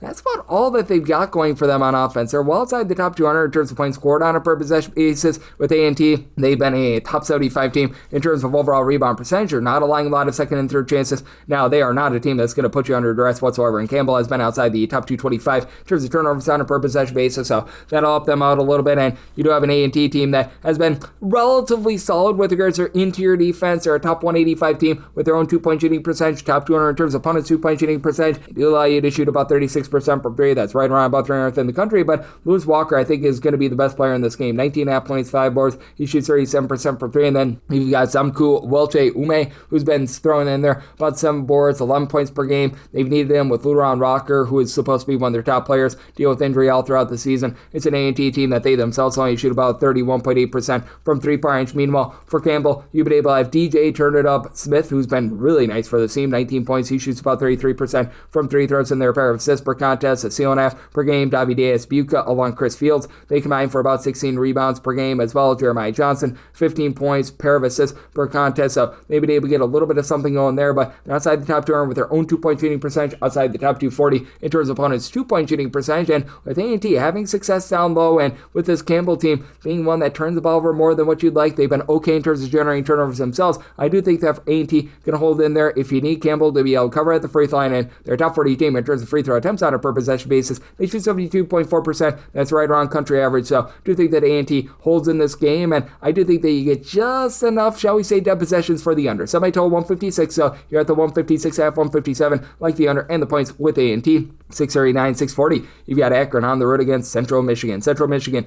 is a 11.5 to a 12-point home underdog. Total on this game, 160 to 161. And I did something I told you at a 159. I'm going to be taking the under. I just don't know if Central Michigan does their part with this total. Right now, they're about 226th in the country in terms of total possessions per game. And for Central Michigan, they've been grabbing a few second and third chances. They're now a top 200 team with regards to offensive rebound percentage. Nathan Clearbot is a true 7-footer, and he's been really the leader for this team, right around about 13 points, 4.5 boards, and he's been able to help out in that way. And then Tamaro Adley, he's also giving you about 13 points, 4.5 rebounds. He's now shooting 38% from three for a Central Michigan team that is still shooting about 33% from three. They become a top 175 team with their 2-point shooting percentage, absolutely giving it up on the inside. They're outside the top 270 in terms of opponents' 2-point shooting percentage, and for this Akron team, they are just absolutely knifing through defenses right now. In terms of points scored on a per possession basis, this Akron team is number 4 in all of college basketball. It's traveled well as well. It takes a little bit of a fall off away from them, but they're still in the top 12 in terms of points scored on a per possession basis, as they have so many ways to be able to beat you because they're a good 3-point shooting team overall as a core. They're shooting right in the neighborhood about 37.8%. That's the top 30 mark in the country. They're also a top 15 team with regards to their 2-point shooting percentage. This is a team that's going to give up a few second and third chances outside the top 125 in terms of defensive rebound percentage, but you do have Armani Lyles, who's able to give you 15 points, 7.5 boards per contest. Vari Johnson,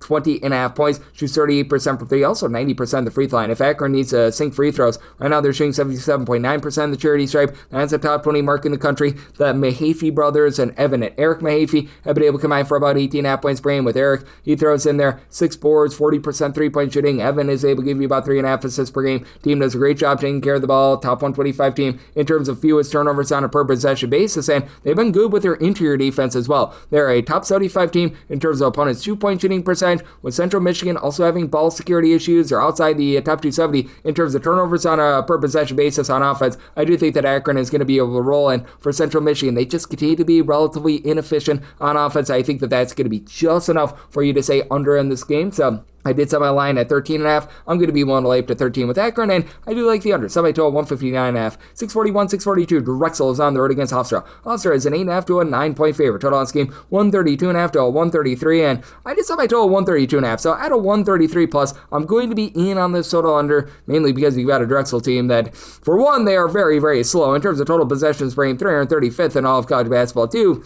they're not very efficient on offense. 281st in the country in terms of points scored on a per possession basis. Hofstra does not allow you to be able to get good looks on the inside as well. Top 15 team in terms of opponents' 2-point shooting percentage. We'll say Hofstra is actually averaging fewer points per possession at home rather than away from home. They are outside the top 130 in terms of points per possession at home. They've had a few turnover issues, but all in all, it's a Hofstra team that is very rock solid, especially with having a guy in Cruz Davis who's been able to cruise his way to averaging 20.5 points, shoots 40% from three. Each out of your top 4 scorers, by the way, for Hofstra, they do shoot at least 76.4% at the free throw line, so they're very trustworthy. They're Preston Ebeman, 39% 3-point shooter. He gives you about 15 points, 4.5 assists per game. It's a Hofstra unit that has been giving it up a little bit from the inside with regards to second and third chances. They are outside the top 250 with regards to defensive rebound percentage, and this is a Drexel team that is solid in terms of being able to pull in their second and third chances. Not necessarily amazing, though. In games played away from home, they do grab 31.6% of their misses as an offensive rebound. That is a top 100 mark in the country. Overall, they're more around about 145th, and for Hofstra, they are outside the top 235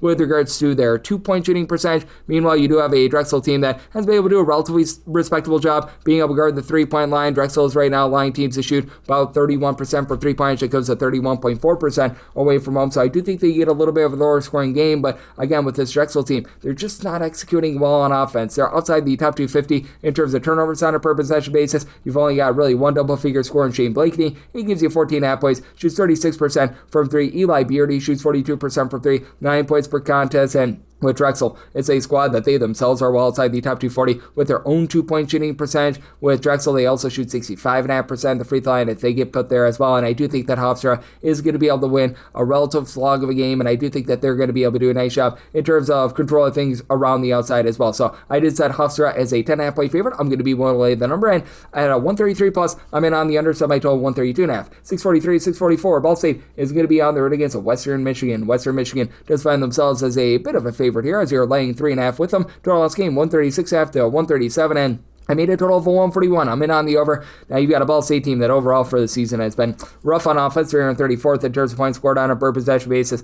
They were able to go on like a 39-6 run against Northern Illinois a few days ago. I think that that's more of a byproduct that Northern Illinois is just absolutely awful than anything else. And for Western Michigan, in terms of points scored on a per possession basis, they're about 221st, but getting Justice Williams back has really been able to elevate this team, especially with regards to their outside shooting, as he's been able to supply the team with right around about 15 or so points per contest, shoots in the mid to high 30s from three-point range, and then you've got Jalen Griffith along with Jaden Brewer that combined for 25 points per game, and with Griffith, he shoots 41% from the outside. It's a Western Michigan team that has had their turnover issues. They're outside the top 240 in terms of turnovers on a per possession basis on offense, and really the one thing Ball State has been able to do a good job of is generating turnovers, top 100 team in terms of turnovers generated on a per possession basis. Overall 180th in terms of points allowed on a per possession basis, but their ability to generate turnovers for Ball State, it really does take a little bit of a nosedive away from home. They're overall 66th with this regard. It does fall outside the top 75 when they do leave home, and they're allowing teams to shoot 35% for three. That's outside the top 240 in all of college basketball. And for Ball State, this is just not a very strong team on the inside. You don't have a single guy on the roster that gives you over 5 rebounds per game, as you get approximately 5 boards and 12 points per game out of Ronnie Ziegler. Davion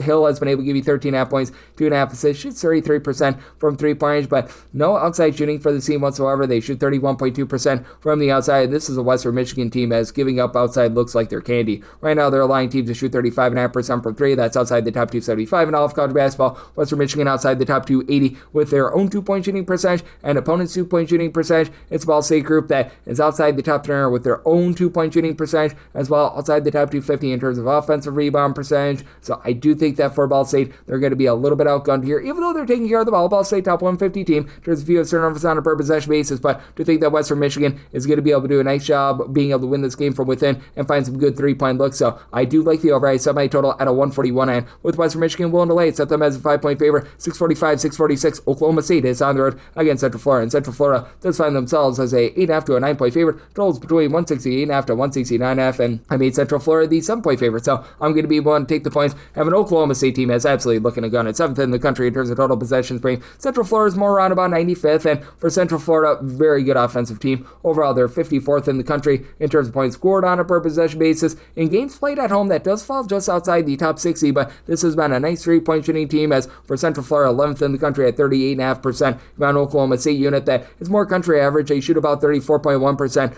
from three-point range, but I do think that Anthony Roy is going to be able to help them out big time in this game. He has been a really good go-to scorer with about 16.5 points, shoots 40% from three-point range, been a little bit colder in his last few games, but you have Kanan Cleary, who overall for the season has only given you about 9.5 points per game, but in conference play, that's been up to more about 10.5 points, shoots 36% from three-point range. He's been a nice helper. The offensive rebounding has really not been there for Oklahoma State. They've been outside the top 150 with that regard, but they were winning the free throw battle. They're averaging more than 4 free throw attempts more than their opponents per game. They shoot about 73.5% at the free throw line. I think that that's going to be a big helper for them, and they do go up against a Central Florida team that is well outside the top 175 in terms of points allowed on a per possession basis. Oklahoma State pretty much as bad on defense as well, so they both have been giving it up, and for Central Florida, their biggest kryptonite is home, though. They're outside the top 250 in terms of opponents' 2-point shooting percentage. Do have Riley Kugel along with Themis Folks in the backcourt, though, combined for about 28.5 points per game between the two of them. Shoot 41% for three. Jordan Burke shoots 39% from three. Chris Johnson shoots 40% from the outside, and then you've got Jermichael Silwell. He's able to give you a little bit of 3-point shooting.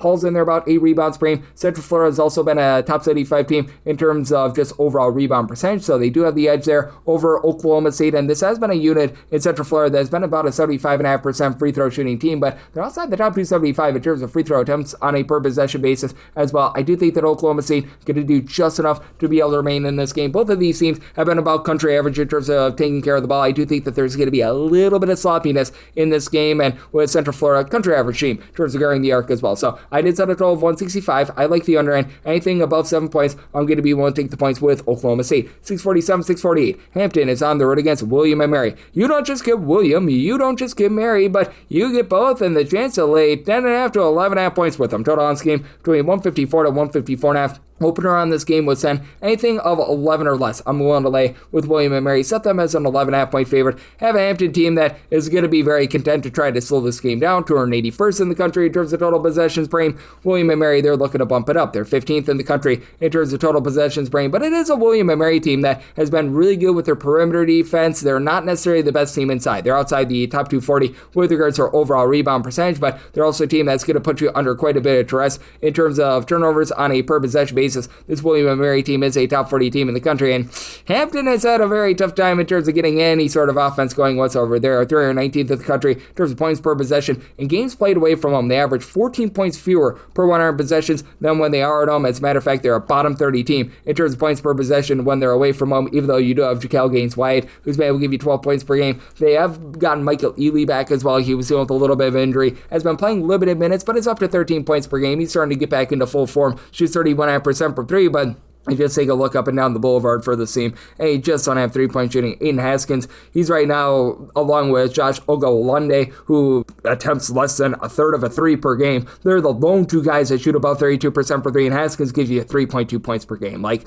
you just don't have anything on the outside for this team. It's a Hampton team that has been good in terms of giving themselves second and third chances. Top 100 team in terms of offensive rebound percentage. They'll have an edge there, but also outside the top 300 with their own two-point shooting percentage. So I do think that William & Mary can have a great edge here. And for William & Mary, it's a holes greater than the sum of his parts sort of outlet, as you don't have a single guy that gives you over 12.2 points per game despite playing as fast as they do, but you've got 8 different guys that give you at least 7 points per game. And it's a William & Mary team that's been very pedestrian with their 33.2% three-point shooting, but they're great on the inside. They're a top 30 team in terms of their two-point shooting percentage. Again, not going to give themselves a lot of second and third chances, but they do a nice job ripping the ball away from you. They've been able to do a nice job with their perimeter defense as well. I do think that that's going to be able to win out here. You've got someone with versatility like Atunde Vali Fasasi, who gives you 11 points, 4.5 boards, shoots it relatively well from three. Chase Lowe, he gives you 4 assists, 6 rebounds. He's able to be sort of like a do-it-all player out there on the court for the team. And then you've had Joel Emmanuel shooting in the high 30s from three-point range as well. So with William & Mary, I'm willing to lay up to 11 with them. And I just don't think that Hampton does their part with the total. So my total 151.5. I'm in on the under. 649, 650. You've got Kent State on the road against Northern Illinois.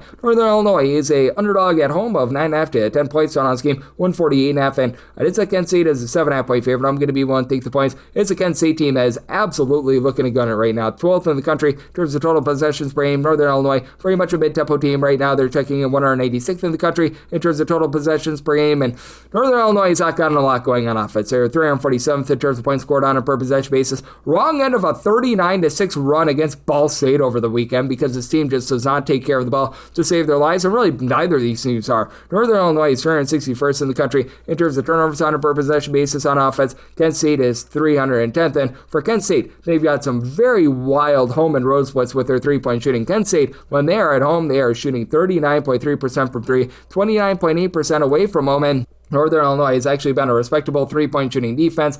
They themselves are about 295th with their own three-point shooting percentage, but that's it. Where Northern Illinois could get just absolutely blasted is down low. As Northern Illinois is well outside the top 250 in terms of points allowed on a per possession basis, 336th in terms of opponents' two-point shooting percentage, and even though Kent State not the same three-point shooting team when they're away from home, they're going to be able to dominate down low with Rocco Gillespie being able to supply you with about 18 points, 11.5 rebounds per game, and then you've got Morgan Stafford give you 14 points. He shoots 36% from three. Jari Williamson has been able to supply 10 points. He shoots 45% from three-point range, and it is a Kent State team that is a top 50 team in terms of offensive rebound percentage. Also a Kent State team that they're outside the top 250 in terms of opponents' three-point shooting percentage. They have been relatively rough on the inside as well, outside the top 150 in terms of opponents' two-point shooting percentage, and I do think that Northern Illinois is going to be able to do their part with this total. I did set my total 153.5 because you've got Malachi Valentine along Dylan Dukaman, who combined for about 24.7 points per game, and with Valentine, he shoots 36% from three. Taj Walters is a 40% three-point shooter that gives you about 8.5 points per contest for Northern Illinois. They also have been pretty solid in terms of giving themselves second and third chances, and it's a Kent State team that, while they're amazing in terms of being able to pull in their second and third chances, they have been a team that's been outside the top 115 with regards to their defensive rebound percentage as well. So I do think that the second and third chances on both sides are able to get you to the over, as Northern Illinois grabs about 30.6% of their misses as an offensive rebound at home. I do think that Kent State is going to heat up a little bit more from three-point range in this game as well, and with Northern Illinois giving up as many looks on the inside as they do, I think that you get the over, but with Kent State, a little bit of trepidation with them being able to cover this number as well, because they do shoot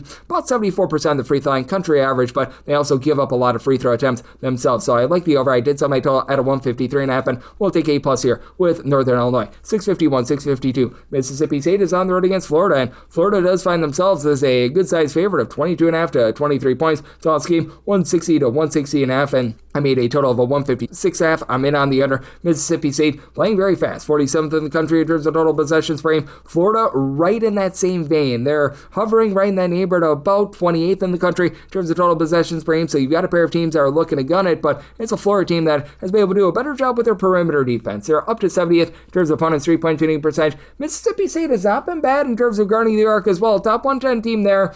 Problem is, it's a Florida team that's really not looking to go bombs away from three-point range. They've looked a little bit better with their three-point shooting here recently, but they're not attempting a lot of threes because they don't have much three-point shooting. At home, they shoot 29.2% from the outside. That is a bottom 30 mark in the country. Meanwhile, for Mississippi State, 262nd in terms of three-point shooting percentage is actually the best in the Chris Jans era at Mississippi State. And that does go up to about 33.5% away from home. I think that that's going to be just enough for them to hold in this game for a cover, because with Mississippi State, they do have a nice go-to scorer in Joshua Hubbard. He's given the team 21.5 points, 3.5 assists. Right now, he's shooting about 34.5% from three-point. Jabari McGee is a 39% three-point shooter. Gives you 8 points, pair of assists per contest. For Mississippi State, they're also not going to put you under any sort of duress whatsoever. They're a bottom 10 team in the country. In terms of turnovers generated on a per possession basis, they're a top 150 team with both their own two-point shooting percentage and opponent's two-point shooting percentage, but they are going to get very much blasted on the glass. Florida, depending upon the day, they're either number 1 or number 2 in terms of percentage of their missed shots that become an offensive rebound. They've also been able to do a pretty solid job in terms of not allowing opponents to grab a lot of second and third chances as well. In terms of defensive rebound percentage, they are 7th in the country in home games. Teams are grabbing less than 20%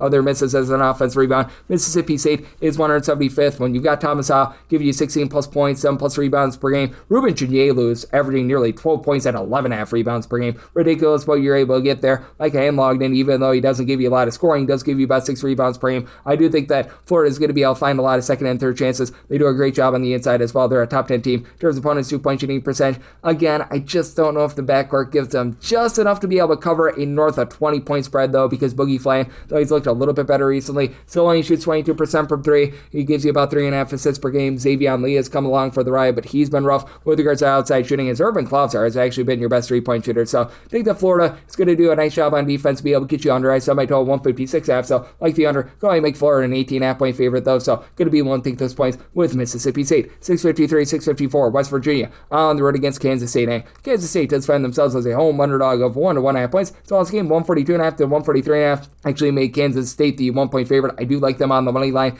It's mainly because this West Virginia team just is not the same defensively when they're away from home rather than at home. When West Virginia's at home, this is one of the best defenses in all of college basketball in terms of points allowed on a per possession basis. Overall, it's a West Virginia team that does check in the top 30 in all of college basketball. As a matter of fact, they're currently 30th in the country, but right now they are giving up about 20.5 points more per 100 possessions away from home rather than at home, and it's obviously been a rough year for Kansas State with regards to their defense. They're 216th in the country in terms of points allowed on a per possession basis, but it's not a West Virginia team that's necessarily lighting up on offense. Kansas State, they have fallen to about 181st in terms of points per possession. Obviously, the Jerome Tang situation is not great, but again, for West Virginia, 192nd in terms of points per possession, and they are averaging about 13.5 points fewer per 100 possessions when they're away from home rather than at home. West Virginia 348th in the country in terms of total possessions per game. Kansas State, they are the exact opposite. Currently, they're checking in the top 20 in terms of total possessions per game. And you do want to be noting that the assistant coach that has taken over for Kansas State here in the interim with Jerome Tang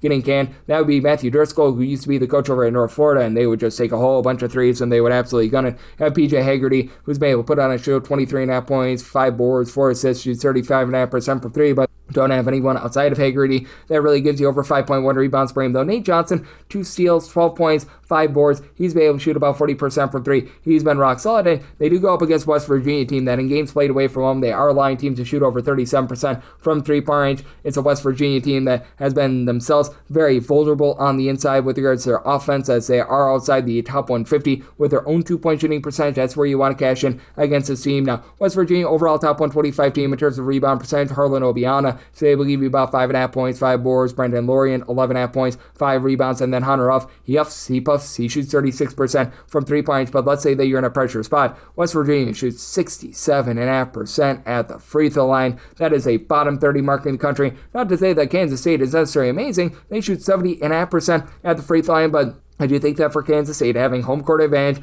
a lot of guys are looking to get paid in the offseason, so they still want to put out their good performance. I think that they do just enough to get the job done, and I do think that things get cranked up just a little bit more with Matthew Driscoll as the interim coach. So somebody total at a 143, at the 142.5, like the over, and Kansas State on the money line, 655, 656. You've got San Jose State on the road against Fresno State. Fresno State is a 7.5 point favorite, 149.5 to 150.5 is the total. Somebody total 150.5, so the 149.5 is my max buy point on the over, even though San Jose State is not a team that's looking to push tempo. They're right now 324th in the country in terms of total possessions per game. Fresno State is fast, but not aggressively fast at about 159th in terms of total possessions per game. And Fresno State has had their issues on offense to 156th in terms of points scored on a per possession basis. San Jose State has been the world's worst offense at 217th in terms of points per possession, and they are going to have the best score in this game, as you have to absolutely love what Carl B. Garland has been able to bring to the table for San Jose State, a team that has dealt with all sorts of injuries. He supplied the team with about 20 points, shoots 38.5% for 3, but you've had Ben Rosenberger along with Yafat Mundi, 2 of your top 3 scorers dealing with injury, and Mundi was like the lone guy on the roster. I gave you over 4.2 rebounds per game. Him being out has been rough. Adrian Miters has been able to step up recently, 10 points, 4 boards. He's up to about 39% 3-point shooting, but his team gets absolutely pelted on the inside. San Jose State, a bottom 5 team in the country in terms of opponents' 2-point shooting percentage, and for San Jose State, their real strength is being able to shoot from 3-point range. Right now for San Jose State, they do find themselves 74th with their 3-point shooting percentage at just a hair below 36%, but now you have to face off against a Fresno State team that they're very vulnerable on the inside. They're well outside the top 250 in terms of opponents' 2-point shooting percentage, but their strength has been being really good in terms of guarding the arc. Right now for Fresno State, they're allowing teams to shoot 30.6% from 3-point range. That is 32nd in all of college basketball. That goes down to 28.6% in their home games, and for Fresno State, this is really not a great 3-point shooting team. They're well outside the top 250 with this regard, even though you do have a nice headline scorer in Jake Highbrighter has been able to supply 17 points, shoots only about 32% from 3-point range. As a matter of fact, each of your top 4 scorers for Fresno State all shoot less than 32% from 3. David Douglas, who's out with injury, has been your top 3-point shooter at about 40%, but they've also been able to do a pretty solid job on the glass. Wilson Jaquez, 8.5 points, 8.5 rebounds per game. Deshaun Gorey has been able to chip in there, 14 points, pair of assists, 6 rebounds per game, and for Fresno State, they don't grab a lot of second and third chances. They're outside the top 250 with regards to their offensive rebound percentage, but with regards to their defensive rebound percentage, they are much better than the San Jose State team, who's just given up second and third chances like candy. They are giving up opponents to rebound 34.1% of their missed shots as an offensive rebound. That is a bottom 35 mark in the country. Meanwhile, Fresno State, they're a more respectable 223rd. So I do think that for Fresno State, they're going to be able to do a solid job here in terms of getting the job done against a San Jose State team that has nothing down low. So I set my line at 10.5. I'm willing to lay up to 10 with Fresno State, and with regards to the total at a 150 or less, I'm in on the over, so I total 150.5, 657, 658. You've got Oregon on the road against Illinois. Illinois 18.5 to 19.5 point favorites. Totals between 145.5 to 146.5. Set my line at 20. So 19.5 is my absolute max lay, but I am willing to lay it. It's an Illinois team that has been really efficient on offense, and an Oregon team that has not been efficient on offense. The one thing that Oregon has been able to do an okay job of is grabbing second and third chances, 77th in the country in terms of percentage of their missed shots that resulted in an offensive rebound. Illinois is third, though. 39.2% of missed shots for Illinois become a rebound, and for this Oregon team, they're also bad on the defensive glass. In games played away from home, teams are grabbing about 31.6% of their misses as an offensive rebound. That is well outside the top 250 in all of college basketball. Jackson Shell said being out means that this backcourt continues to be dysfunctional. Now, I like Nick Biddle, 17 points, 7 boards, 2.5 assists, shoots about 34% from 3, and then TK Simpkins gives you about 36% 3-point shooting, 12.5 points per game, but an Illinois team that's just as efficient as they are on offense, currently numero uno in the country in terms of points scored scored on a per possession basis, should have a field day going against an Oregon team that's currently 230th in the country in terms of points allowed on a per possession basis. Oh yeah, and they're giving up 12.4 points more per 100 possessions away from home rather than at home. This is not going to be an up-tempo game. Oregon is 290th in the country in terms of total possessions rate. Illinois is 295th, but with how inefficient this Oregon team is, and with the way that Illinois games just don't involve turnovers whatsoever. Illinois, out of 365 Division I teams, 365th in terms of turnovers generated, but they're a top 15 team in terms of taking care of the ball. That means that both sides are going to get good, clean possessions. That helps you out to the over, and you have an Illinois team that has been shooting about 35.5% for three. They take over 50% of their field goal attempts from three-point range, and it's an Oregon team that's right now allowing teams to shoot about 34% for three. They're hovering right around 200th in the country, so they're not the world's worst team there, but grabbing all those second and third chances helps out Illinois. As you've got Keaton Wagler giving 18 points, shoots 43% from three. Kyle Boswell, Andrei Stojakovic don't really pop it well from three, but they combine for about 27 points per game. David Mirosevic has been able to give you 12.5 points, about 8 rebounds per game. The Avicic brothers have been rock solid as well, and for Oregon, I just don't think that they're going to be able to stand a chance in this game, and I do think that you get a lot of offensive efficiency for the over. So, one lay up to 19.5 here with Illinois, and I do like the over. I did sell my total at a 150, 659, 660. You've got Vanderbilt, and they're going to be on the road against Ole Miss, and Ole Miss is a underdog here of 6.5 to 7 points. Dawn's game 153.5 to 154.5, and with Vanderbilt, I did set them as a favorite of 8 points. So I'm going to be willing to lay the number, as Vanderbilt is once again looking to pump up tempo, 49th in the country in terms of total possessions per game, and Vanderbilt has still been a solid defense this season. They're overall 71st in the country in terms of points allowed on a per possession basis. That actually goes into the top 60 when they're away from home, and even with all the injuries that they've dealt with, this team continues to be 14th in the country in terms of points scored on a per possession basis. And for this Ole Miss team, the one thing that they've been able to do a really good job of is taking care of the ball. They're a top 35 team in terms of fewest turnovers on a per possession basis, but they're really just not sinking shots. 162nd in the country in terms of points scored on a per possession basis, and they're just not going to be able to stand up down low to what you're able to get out of Jalen Washington, along with Devin McLaughlin, who combined for about 13 rebounds per game for Vanderbilt. Meanwhile, for Ole Miss, only one guy on the roster gives you over 4 rebounds per game. Malik Dia, 14.6 boards, so he's been able to do a nice job there, but who else is going to be able to help him out? You've got Peyton Brinkins, who's now shooting 43% from three, 9.5 points per game. AJ Sorr gives you about 15 points per game, but for as much as Ole Miss does good with regards to taking care of the ball on offense, on defense, they're outside the top 170 in terms of opponents' 2-point and 3-point shooting percentage. They're okay at getting to the free throw line. They do shoot about 75% of the charity stripe, top 1 hour mark there, but also have a Vanderbilt team that they need to cover at the charity stripe, 78.2%. That's a top 20 mark in the country. Still deal with the injury to Duke Miles, but you've got Tyler Tanner, who's able to give you 18.5 points, 2.5 steals, and shoots 36% from three. The other Tyler Nickel, 40% 3-point shooter, 14 points per game. Ike Okereke shoots 40% from three with about 9.5 points per contest. So all these guys are doing a great job in terms of coming through. Still could use Frankie Collins, in my opinion. The defense has taken a little bit of a dive without him, but with this Ole Miss team, they're going to give up a lot of second and third chances as well. They're 246th in the country in terms of defensive rebound percentage. Ole Miss has also been giving up a lot of good looks from three. At home, they allow teams to shoot 35.2% from the outside the top 230 in the country. I think the Vanderbilt gets the job done. Did some I total 152. I just simply don't think that Ole Miss shoots so well enough to be able to help you out to the over. So like the under and Vanderbilt, I'm willing to lay up to 7.5 with them. 661, 662. Kansas is on the road against Arizona State. Arizona State home underdogs of 5 to 5.5 points. So on this game 151.5, and with Arizona State, I did set them as an underdog of 7.5 points. So I'm going to be willing to lay with Kansas. Now, Kansas hasn't necessarily been able to get much of an upgrade out of Mr. Darren Peterson. With Peterson, he is their top scorer. He's supplying the team with darn near about 20 points per contest when he's out there, and he has been a 40% 3-point shooter, but it just feels like things have been a little bit dysfunctional with him out there on the court. Like, even just take a look at that last bad loss that they took against Arizona. They scored just 61 points in that game, and as a matter of fact, Peterson has played 30-plus minutes each of the last 3 games. The team has scored 70 points or fewer in all 3 of those games. I think that they put it together here, though, mainly because of the level of competition. You're now facing up against an Arizona State team that has absolutely been giving it up from 3-point. They are allowing teams to shoot 35.6% from 3, 271st in all of college basketball. I also think that Arizona State, who shoots 31.9% from 3-point range at home, 36.5% away from home, that starts to iron out a little bit more. So I did set a total here out of a 150.5. I think that we've gone too far with a 151.5 as it's opened up at a 148. So here at the 151 plus, I'm in on the under, mainly because it is a Kansas team that has been a top 45 team in terms of points allowed on a per possession basis.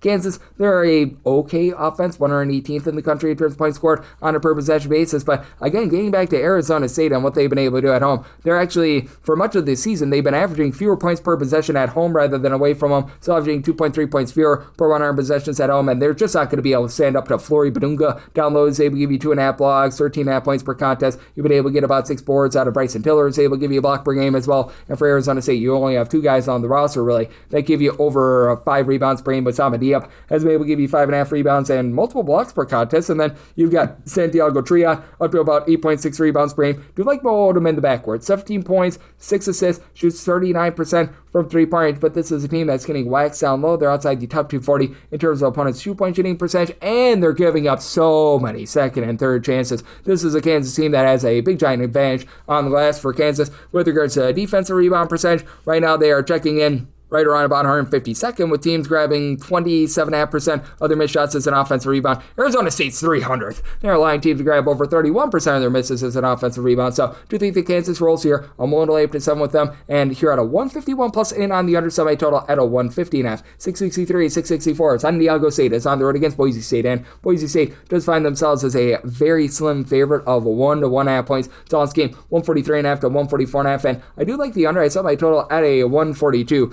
Last game that these two teams played went way over because you had 3 overtimes. So that was a lot of good, clean family fun. And for Boise State, this is a defense that has really fallen on some tough times. And San Diego State didn't have the most savory of results over the weekend, but they're still a top 40 team in terms of points allowed on a per possession basis. They're generating a bunch of turnovers as they're a top 20 team in terms of turnovers generated on a per possession basis. But San Diego State's not going to get second and third chances. You've got a Boise State unit that is allowing teams to grab 2.8% of their missed shots as an offensive rebound. That is a top 10 mark in the country. San Diego State in games played away from home, teams are grabbing 31% of their misses as an offensive rebound. That is well outside the top 200 in all of college basketball. Now, for this Boise State team, what they've done a nice job of is getting to the free throw line. They've hit their free throws. They shoot 77% at the free throw line. That is a top 25 mark in the country, and they're a top 30 team in terms of free throw attempts on a per possession basis. Meanwhile, it is a San Diego State team that's not afraid to put you on the free throw line. Again, Boise State, not the same defensive team that they've been in the past. They're hovering right around about 145th in the country in terms of points allowed on a per possession basis. Offense has been ascending a little bit. They're up to 82nd in the country in terms of points scored on a per possession basis, and San Diego State has not been that great.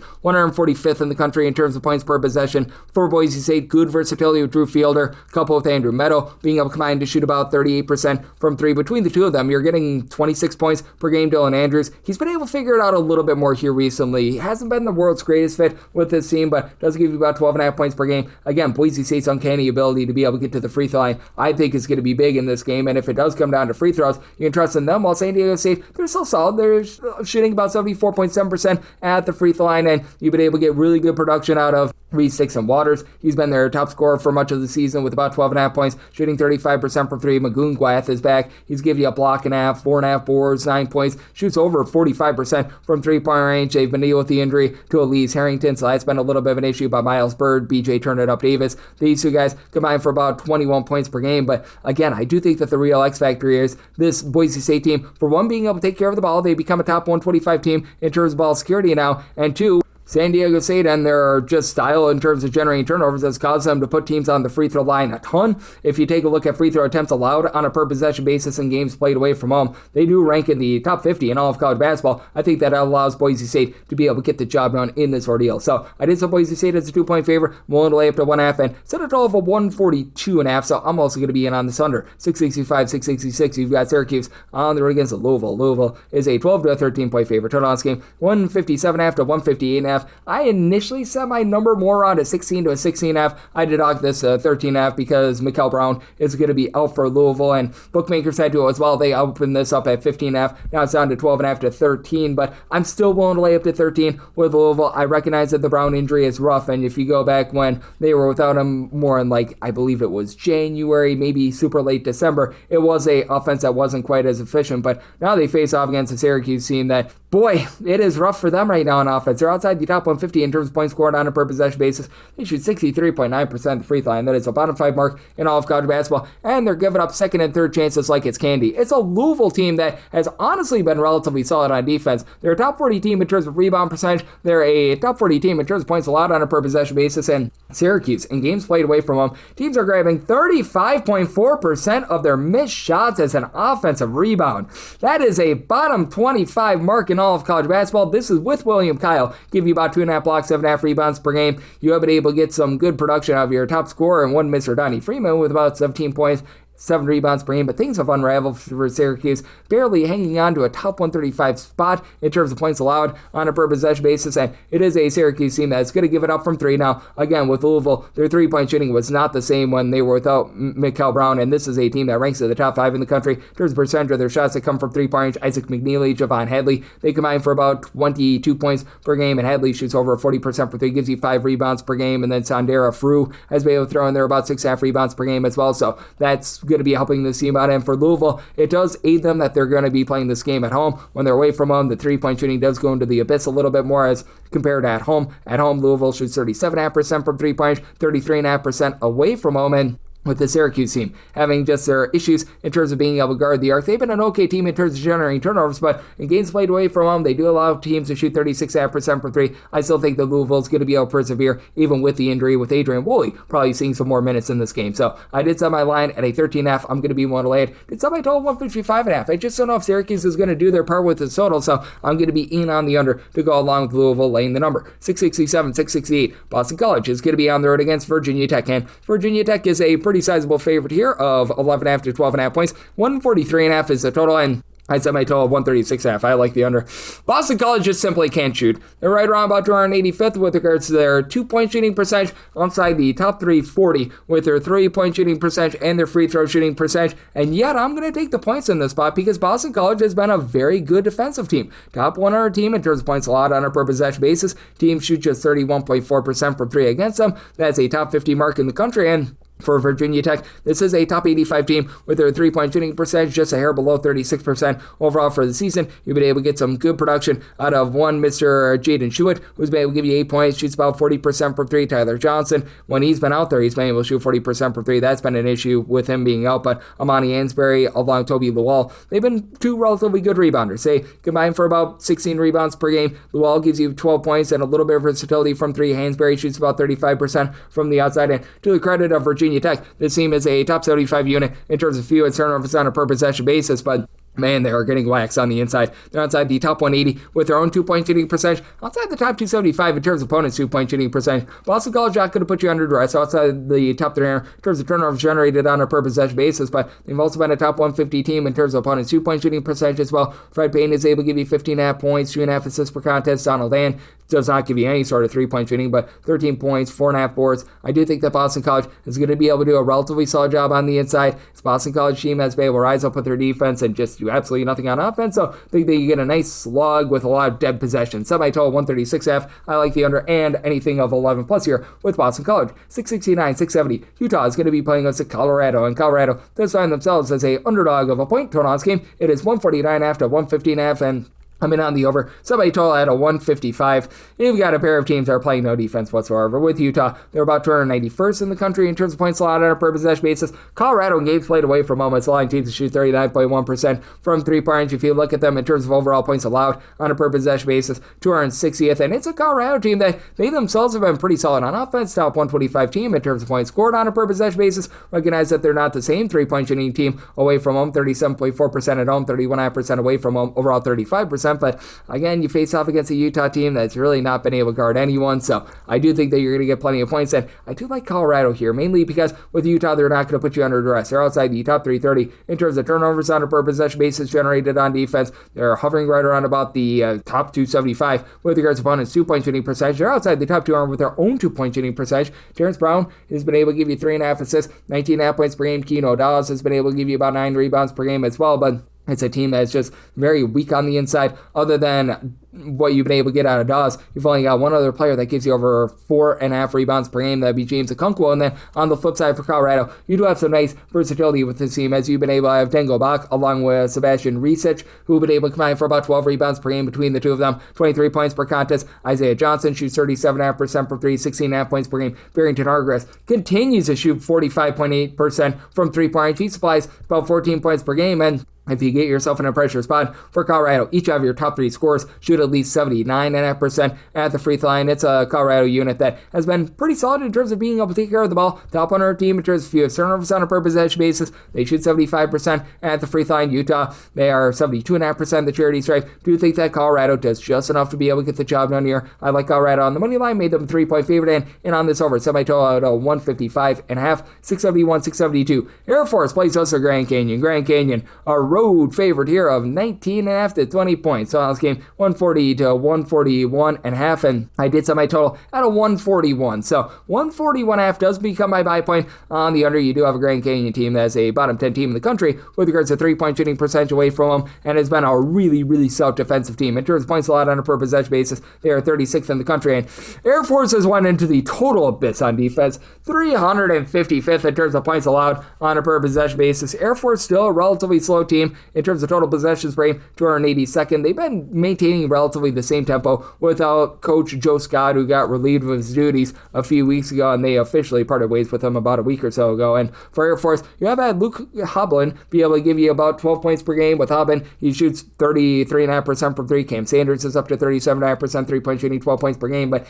even with that, this team is outside the top 350 in terms of points scored on a per possession basis. They turn the ball for 15 times per game. They grab 7.3 rebounds per game. Both of those marks in the bottom 10 in all of college basketball. They did cover the first time against Grand Canyon. They were down like 35 points, and they somehow, some way were able to get a backdoor cover, but for Grand Canyon, I think that they're just going to absolutely crush on the inside. They become a top 150 team with their 2-point shooting percentage. Again, they only shoot 31% from 3-point range as a whole. That goes below 30% away from them, but they should be able to do a nice job absolutely crushing on the glass. They're a top 75 team with that regard. You've got Nana Wusu-Onane, give you 9 points, 8 boards, steal and half per contest. Jaden Henley, Bakai Williams combined for about 2.6 steals per game. Williams gives you 14 points per game. Henley, 18 points, throws in their 6 rebounds per game. You've got F.A. DeMariel, who's also been able to give you 5.5 rebounds per game for Air Force. It's just a very, very sad team. Nice spirited effort against Wyoming a few nights ago. I think the Grand Canyon goes into this house and they absolutely hold down this Air Force team. So set my line at 23. I'm going to be willing to lay the number in at a 141.5 or higher. I'm in on the under. 673, 674. LSU is going to be on the road against Auburn, and Auburn does find themselves as a favorite here of 8.5 points. So this game, 155.5, and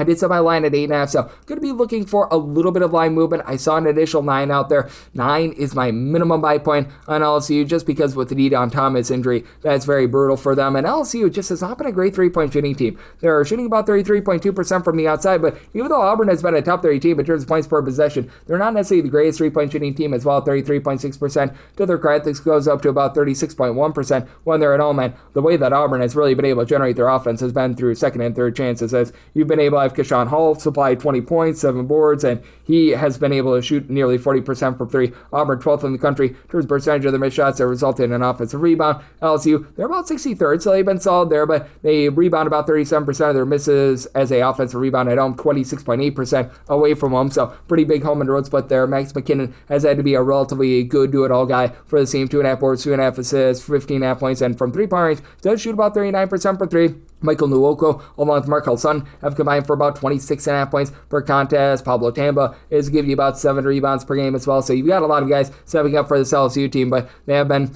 a bunch that has been very willing to put you on the free throw line. They are giving it up from 3. They are outside the top 275 in terms of opponents' 3-point shooting percentage. Not to say that this Auburn team is doing anything on defense either. LSU is about 250th in the country in terms of points allowed on a per possession basis. With Auburn, they're even worse at 300th. Now, they do give up about 13.3 points fewer per 100 possessions at home rather than away from home, but I mean, for Taj Pettiford, he's been a big disappointment this year. I recognize that the raw numbers of 14.5 points, 3.5 assists per game aren't bad, but 28% 3-point shooting has not really guarded the arc to save his life. Kashawn Murphy has been able to give you 11 points, 7 rebounds per game. At Auburn, top 5 team in terms of free throw attempts on a per game basis. They do shoot about 74.5% at the charity stripe, so they've done a nice job in terms of being able to work that in.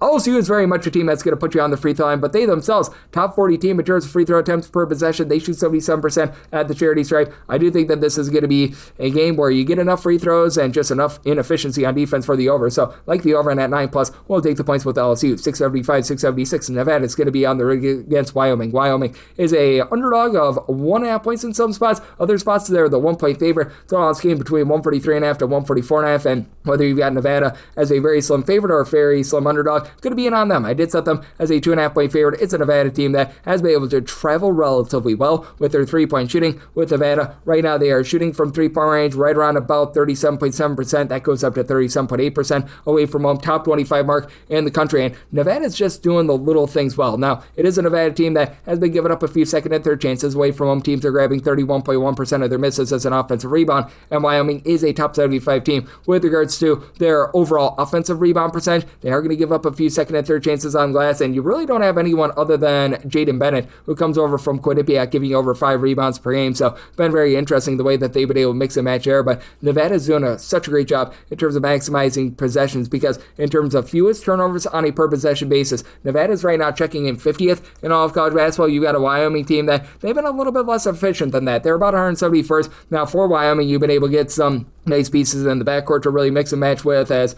you've had Lelon Walker come over from Eastern Kentucky, be the main scorer, 14 points. Well, he shoots about 28.5% from 3. Nasir Meyer is a little bit of a do-it-all guy, 4.8 boards, 13 points, shoots 37% from 3-point. And Wyoming, obviously being at elevation, that helps them out, but this is also a team that's very vulnerable on the inside. They're outside the top 250 with regards to opponents' 2-point shooting percentage, and they foul a ton. They're a top 20 team in terms of fouls committed on a per possession basis. Nevada's actually been awful with their 2-point shooting percentage. They are outside the top 330 with that regard, but they're a top 20 team in terms of free throw attempts on a per possession basis. They shoot 75.5% at the free throw line, with Corey Camper give you 17 points, shoots 43% from 3. Elijah Price, he's been very versatile, 13 points as a big man, actually shoots 37.5% from 3, 9 boards, nearly 2 blocks per contest. Von Weems shoots 46% from 3. I think Nevada goes on the road. They hit their free throws, they cover this game, and they find a way to be able to get the job done. So, Nevada is a 2.5-point favorite. I do like them on the money line / as a very slim favorite. Neither of these teams are playing up tempo. Wyoming down to about 250th in terms of total possessions per game. Nevada 259. So, it's not a total of 142.5. I'm in on the under. 677, 678. Nebraska is going to be on the road against UCLA. UCLA, a 1-point favorite on a lot of spots. Other spots have picked them 143.5 to 144.5 is the total line. I said Nebraska is a 4.5-point favorite. I'm taking them on the money line as an underdog. Nebraska just really dares teams to take 3-point shots, as 49% of opponents' field goal attempts do come from 3. That's a top 10 mark in the country, and while UCLA has actually been a really good 3-point shooting team, Nebraska is the top 10 team in terms of opponents' 3-point shooting percentage as well. So it's going to be a little bit of strength-on-strength matchup here, as for UCLA overall for the season, they've been shooting about 37.9% from 3-point. That is a top 25 mark in the country, but for UCLA, it is a unit that just does not have a lot down low, so they're a very one-dimensional team in that they are outside the top 225 with regards to opponents' 2-point shooting percentage. With their own 2-point shooting percentage, they're hovering more in the neighborhood of about Corinth as well, and this has been a team that's been outside the top 175 with regards to rebound percentage. I have to like what Tyler Bilodeau brings to the table, 18.5 points, 6 boards, shoots 45.5% from 3. Sky Clark has been such a big part of the 3-point shooting as well, shooting 48.5% from the outside, was missing for quite a bit of time. He's been able to come back, and he's been very productive for this unit. And then Donovan Dent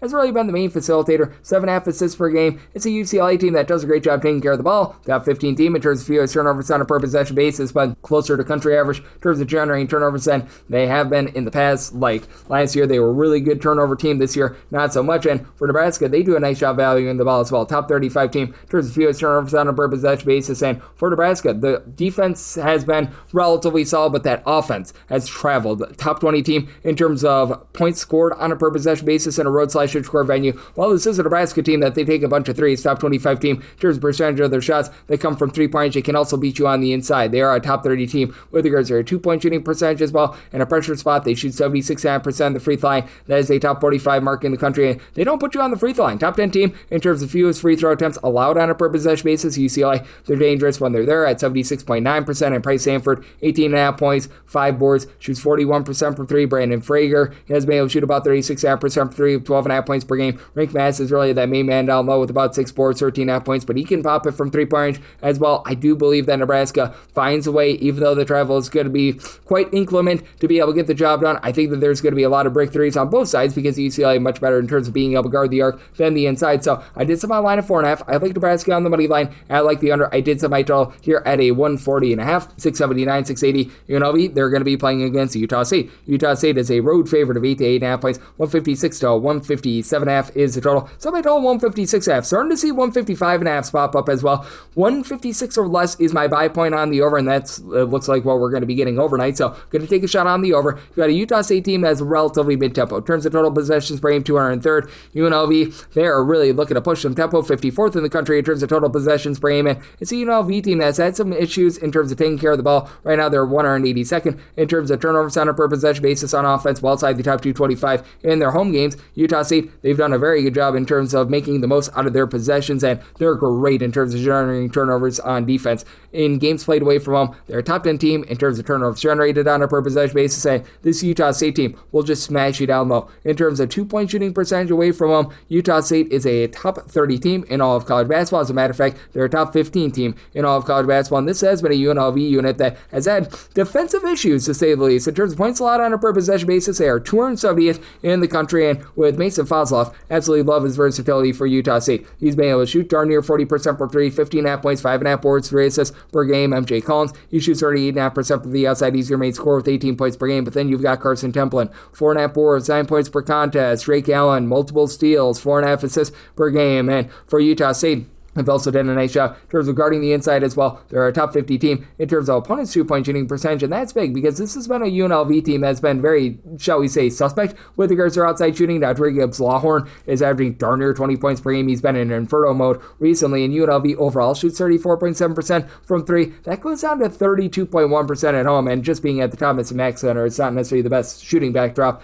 in the world. They've been able to get a little bit more of something down low out of Manuel Stephen. He was injured for much of the season, has been up down all around this far of the season, and hasn't much of a score with 4.2 points per game, but does give you about 5 boards and a block per game. Tyron Jones does give you a pair of blocks per game. And then Kamani Hamilton up to about 36.5% 3-point shooting, 12.5 points per game. But it's a UNLV team that's very fragile with their outside shooting defense as well. Teams are shooting over 36.5% per 3 against them, well outside the top 300 in all of college basketball. Do think that Utah State does go out there, get the job done in this ordeal, and I do think that they find enough open looks to get you the over. So 156 or less in on the over, and I'm willing to lay up to 8 with Utah State. Now, these final 2 games before we hit the extra games board, they're going to be a part of the Sun Belt tournament. So neutral court games, 861, 862 from Pensacola, Florida. It's Louisiana playing against Georgia State. Georgia State between a 1-point favorite to a 1-point dog. 131.5 to 132.5 is the total. I like Georgia State here. I set them as a 3.5-point favorite. Both offenses have been awful. Both of these teams outside the top 330 in terms of points scored on a per possession basis. But the reason why I like Georgia State here is that they're doing the little things well. Georgia State is shooting over 78% at the free throw line. That is a top 10 mark in all of college basketball. Louisiana, they are well outside the top 200 with regards to their free throw shooting percentage. And for Louisiana, this is a group that has become a top 125 team in terms of turnovers generated on a per possession basis on defense. So that's helped them be a little bit more respectable here in conference play. But Georgia State on offense is a better team in terms of taking care of the ball. 116th in terms of turnovers on a per possession basis. Louisiana is 204th. And for Louisiana, you really only have 2 double-figure scores they're able to rely upon, as they were thinking that the Oklahoma State transfer and Jamarian Keller was going to be big time for them. He only played in 2 games. Jackson Oliveira, meanwhile, 12.5 points, 4 boards. He's been able to shoot 34% for 3. Dorian Finster up to 37% from the outside. Louisiana as a whole, they're now a country average team shooting about 33.7% from 3-point in Sun Belt play. That's one up to about 35.5%. So they've got a lot of credit there, but they are absolutely giving it up from 3-point as well. In Sun Belt play, they allowed opponents to grab and shoot 37.6% from 3-point range. That is the worst mark that you were going to find in the Sun Belt. Now, they're taking much better care of the ball as well, but with this Georgia State team, this is a group that has been relatively respectable on defense. Top 200 team in terms of points allowed on a per possession basis. Jelani Hamilton has done a nice job leading the way with 17.5 points, shoots about 34% from 3 for Georgia State. Each of your top 4 scorers do shoot at least 81% at the charity stripe. If you include Ja'Kai Newton, who's been dealing with injury, Malachi Brown, 12 points, throws in there about 3 assists per game with this Georgia State group. They've been relatively solid in terms of guarding the 3-point arc. Teams to shoot 33.7% 30% from 3-point against them. And for Georgia State, they just don't get anything going on offense down low. They're a bottom 5 team with regards to their 2-point shooting percentage. I'm not going to call their 3-point shooting magical. It's about 31.9%. They're still outside the top 300 with that regard, but they're much better in terms of going bounds away from the outside. And Louisiana is a bottom 100 team in the country with regards to opponents' 3-point shooting percentage as well. This has been a group in Georgia State that's been pretty respectable down low. Top 185 team with regards to opponents' 2-point shooting percentage. They will give up a lot of second and third chances, but this is a Louisiana team that they've had a very difficult time on the offensive boards. They're outside the top 275 with regards to offensive rebound percentage. And Louisiana, well outside the top 340 in terms of total possessions frame. So I think they get a bit of a slog here. So my total 131.5 or the 132 plus. I like the under, and I like Georgia State here on the money line slash is a very slim favorite. Last game on the normal Las Vegas betting board before we hit the extra games. 683, 684. Louisiana Monroe is going to be playing its Old Dominion from Pensacola, and Old Dominion is a 10.5 point favorite. Total on this game 159 to 159.5. And with Old Dominion, I set them as a 9.5 point favorite. I'm going to be willing to take 10 plus here with Monroe. With Monroe, they were a relatively solid 3-point shooting team for much of the season. Wheels have fallen off here recently, down to 271st at 32.2% from the outside. In Old Dominion, they're shooting away from home 35.2% from the outside. That is a top 140 mark in the country. Neither of these teams are going to give themselves second and third chances. Old Dominion, 335th in the country in terms of percent of their missed shots that result in an offensive rebound. With Louisiana Monroe, if I'm not mistaken, they're even worse at 339. So you're really not going to be able to get those second and third chances. And for Old Dominion, this is a unit that is not going to put you under any duress whatsoever. They are outside the top 295 in terms of turnovers generated on a per possession basis. Hey, they're pretty good in terms of guarding the arc. There are a lot of teams that shoot only about 31.7% from 3, so they've done a solid job there. They're outside the top 275, though, with their own 2-point shooting percentage. You have Casey Shaw give you 17 points, 4 boards per contest, and then you've had Jordan Battle be able to fight his way to shooting 40% from 3 with about 14.5 points per game. But Kalen Sweat and Roger, right now the lone guy on the roster that gives you 5 plus boards, 8.5 points, block and a half, 5 rebounds per game. And then on the flip side for Louisiana Monroe, you have been able to have a few guys be able to bust out and give this team some big performances, as Christian Lewis has been your main man, 18 points, 4.5 boards, 3.5 assists, does shoot only about 32% from 3. Lavelle Bruneau is up to 8 rebounds, 14.5 points per game, and Matavius Russell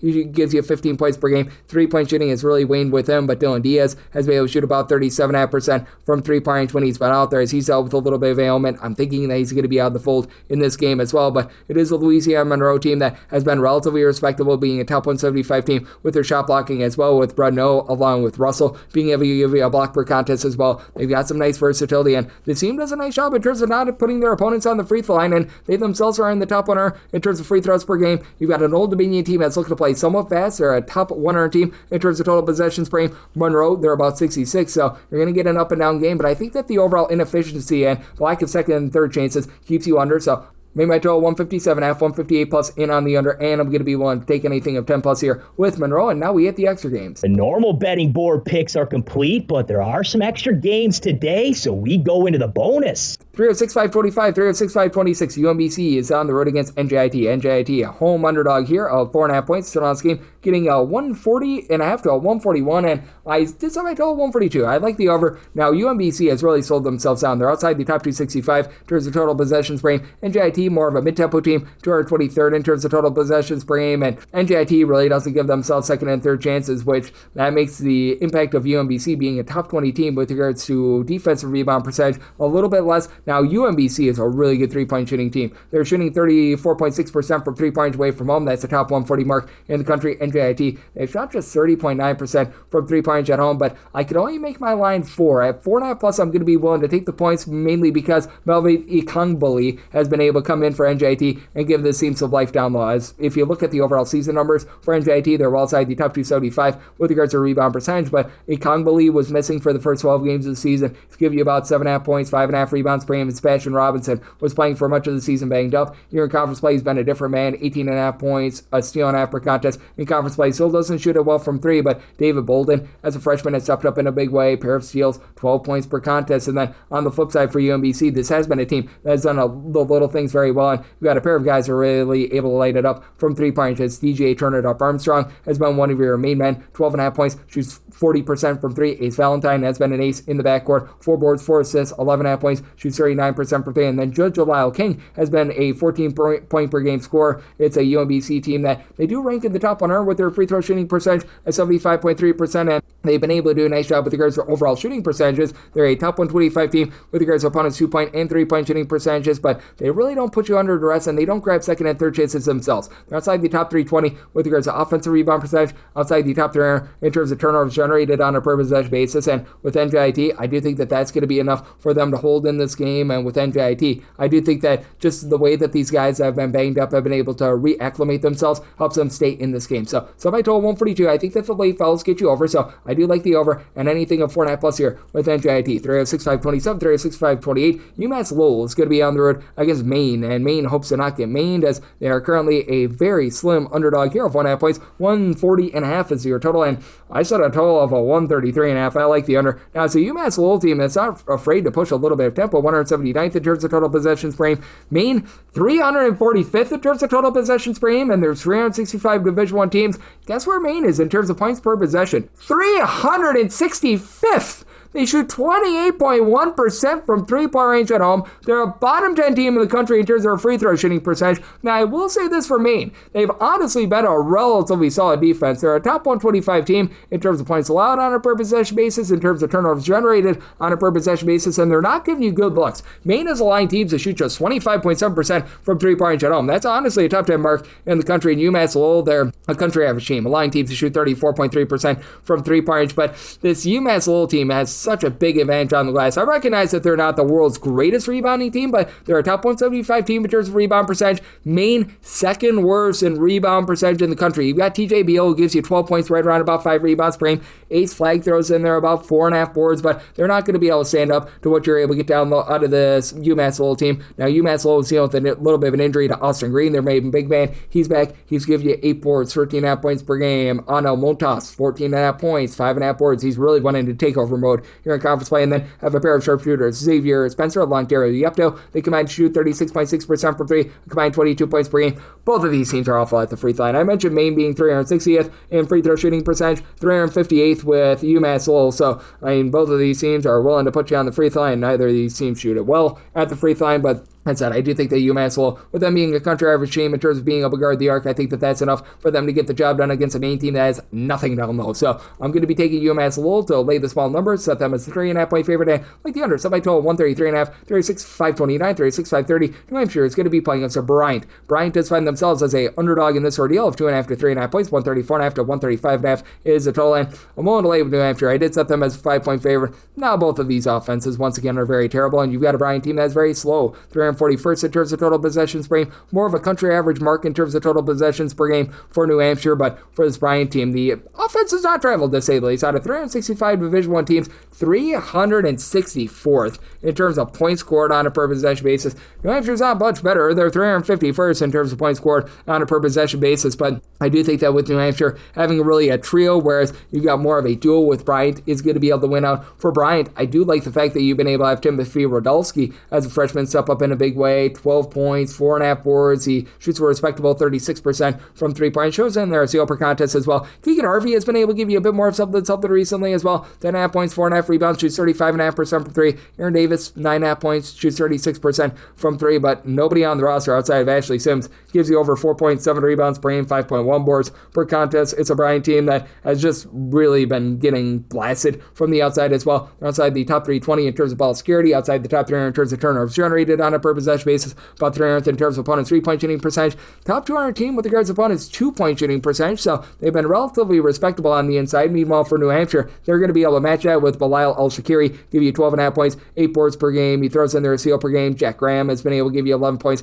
Now, this New Hampshire team, they only shoot about 30.8% from three, so they're a bottom 35 team with regards to both their 2-point and 3-point shooting percentages, but they're pretty solid in terms of regarding the arc. Teams are shooting just 33% from 3-point range against them. Now, they do shoot just 67.1% at the free throw line. That is a bottom 35 mark in the country, and Bryant does shoot about 74.5% at the free throw line, but for New Hampshire, they've also been a top 150 team with regards to defensive rebound percentage, so they've got the edge there. They've been a top 275 team in terms of generating turnovers, and this is a Bryant team that they'll give it up to just about anyone. Do think that New Hampshire, as a result, finds a way to be able to get the job done in another game that I think is going to be relatively low scoring. I did set my total at a 135, between a 134.5 to a 135.5. Rather have the 135.5 to the under here to go along with New Hampshire, willing to lay up to 4.5 with them. 36-531, 36-532. Albany is going to be on the road against Vermont, and Vermont does find themselves themselves as a favorite here of 7.5 points. So on this game, 139.5. And with Albany, I did set them as a underdog of 10.5 points. I'm going to be willing to lay it. Vermont, they're a top 2 team in the country in terms of defensive rebound percentage. They do not give you second and third chances. And Albany is going to give you second and third chances. They're allowing teams away from home to grab 31.3% of their missed shots as an offensive rebound. That is a bottom 100 mark in the country. And for Albany, this just has not been an offense that has been able to get a lot going when they've been away from home. If you look at them in terms of points scored on a per possession basis, this Albany team overall, in terms of both home and road splits, they are 268th, but away from home, that falls well outside the top 275. They're averaging 11 points fewer per 100 possessions when they're away from home, with Amir Lindsay being that main guy. 17 points, does shoot about 35% from 3-pointers, and then Okowachi Okeke, I cannot say that name, 10.5 points. He's been able to give you about 2 blocks per contest. And then you've had Abdullah Fall being out with an injury, just really hurting the team down low. Zach Matalu is out with injury as well. And for Vermont, they were dealing with elements to begin the season, but getting Gyasi Alden to really just become the main do-it-all guy, 16.5 points, 6'4", shoots 36% from 3 is big. The TJ Long, and TJ Hurley, they combine for 27 points per game, with Hurley shoots 38% from 3. Long shoots about 32% from the outside. The main kryptonite for this team has been allowing a lot of good looks from 3-point range. This Albany team is right now not necessarily shooting at the world's greatest from 3-point range, but meanwhile, you've got a Vermont team that is outside the top 240 in terms of opponent's 3-point shooting percentage, with Albany shooting just 31.2% from the outside, and Vermont being a much stronger team down low. That really hurts them. At overall, Albany 287th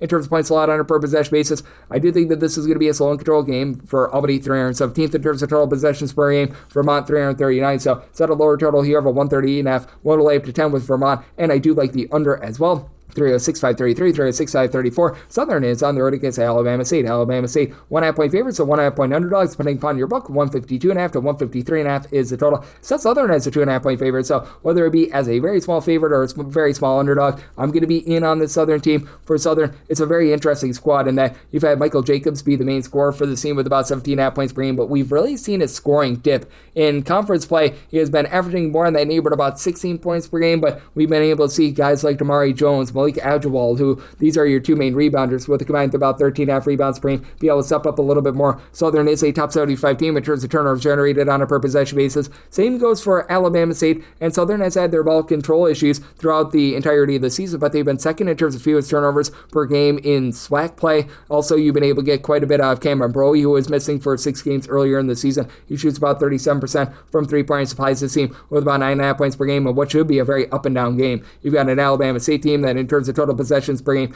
they are checking in the top 75 in all of college basketball. Southern, they are very similar. Southern right now is about 30th in the country in terms of total possessions per game. So I did set a total here of a 152.5. Right now we're seeing that more around about 153. 153 plus is going to be my buy point on the under, mainly because I do think that the turnovers are a little bit costly, and we have seen this Alabama State team be having a little bit of a dive with regards to their offense here in conference play. They're down outside the top 275 in terms of points scored on a per possession basis. Alabama State also pretty ridiculous home and road split. They're giving up about 24 points more per 100 possessions away from home rather than at home. That was a byproduct of more of the bye games, and they are going to have the best shot blocker in this game to carry a standback. 8.5 points, 5.5 boards, about 2 blocks per contest as John Anderson, Micah Simpson. They combine for 29 points per game, and Simpson does shoot 35% from 3, but let's say you get into a pressure spot, this team shoots at 69.8% at the free throw line. That's outside the top 260 in all of college basketball. They're outside the top 330 with their 2-point shooting percentage, and Alabama State here in conference play shooting just 31.7% from 3-point, while they're at the bottom of the conference, allowing teams to shoot 34% from the outside. So I do think that Southern goes on the road, finds a way to get the job done in Alabama State, and their home game specifically shoot less than 31% from 3-point. So at 153 plus, in on the under, and I do like Southern, whether that be laying a point and a half or as a money line underdog. 306-535, 306-536. Alabama A&M is going to be playing us to Grambling. Grambling is a underdog of 1 to 1.5 points. To this game, 138.5 to 139.5, and made a total of 136. I like the under. Grambling games just involve a ton of turnovers. The team is in the bottom 15 in terms of turnovers on a per possession basis on offense, but on defense, they're 15th in terms of turnovers generated on a per possession basis and games played away from home. That goes into the top 10 in all of college basketball. Alabama A&M, not amazing, not terrible in terms of generating turnovers. They're about 179th in terms of turnovers generated on a per possession basis. They become a top 215 team in terms of points allowed on a per possession basis. Meanwhile, you've got a Grambling group that is 75th in terms of points allowed on on a per possession basis. Now, I did have to set Alabama A&M as a 2-point favorite, mainly because, again, with the turnovers for Grambling, that puts them well outside the top 3 in terms of points scored on a per possession basis, and this is going to be a little bit of a revenge game on both sides, as Alabama A&M's coach, Dante Jackson, he was at Grambling last year. He brought with him Cadavius Dozier, who's given the team 15 points, shoots 36% from 3. James Graham, he's another guy that came over from Grambling, about 10 points. He's been able to shoot about 36% from the outside. It's an Alabama A&M team that's been a top 175 team with regards to opponent's 2-point shooting percentage. They're in the top 40 in terms of free throw attempts on a per possession basis, and they shoot 74.5% at the free throw line. And guess what Grambling does? With the way that they generate turnovers, they put you on the free throw line. They're a top 100 team in terms of free throw attempts allowed on a per possession basis, and they've got Roger Coffey grinding really hard right now, 11 points, 2 steals, 4.5 boards, 4 assists per contest, and then Jamal Mutleep, he throws in there about 11 points per game. Antonio Muniz is your top scorer with about 13 points per game, but he doesn't give you any sort of 3-point shooting. This is a group that is outside the top 300 with their 3-point shooting percentage, outside the top 250 with their 2-point shooting percentage. I do think that that's enough to keep you to the under, especially with neither of these teams pushing a ridiculous tempo. Grambling 150th in terms of total possessions per game, Alabama A&M 267th, but trusting Alabama A&M to take care of the ball and be able to get the job done that way. So I did set my line at 2. I'm willing to lay with Alabama A&M. I like the under. Somebody told 136, 306, 537, 306, 538. Arkansas Pine Bluff, they're going to be on the road facing off against Jackson State. Jackson State 1 to 1.5 point favorites. 153 to 154 is the total line. I like the over. Somebody told 156.5. You've got two teams that are going to be really looking to push tempo for Pine Bluff. In terms of total possessions per game, they are 57th in the country. Jackson State is 42nd, and Jackson State is well outside the top 320. In terms of points allowed on a per possession basis, Jackson State as well, averaging more than 20 points more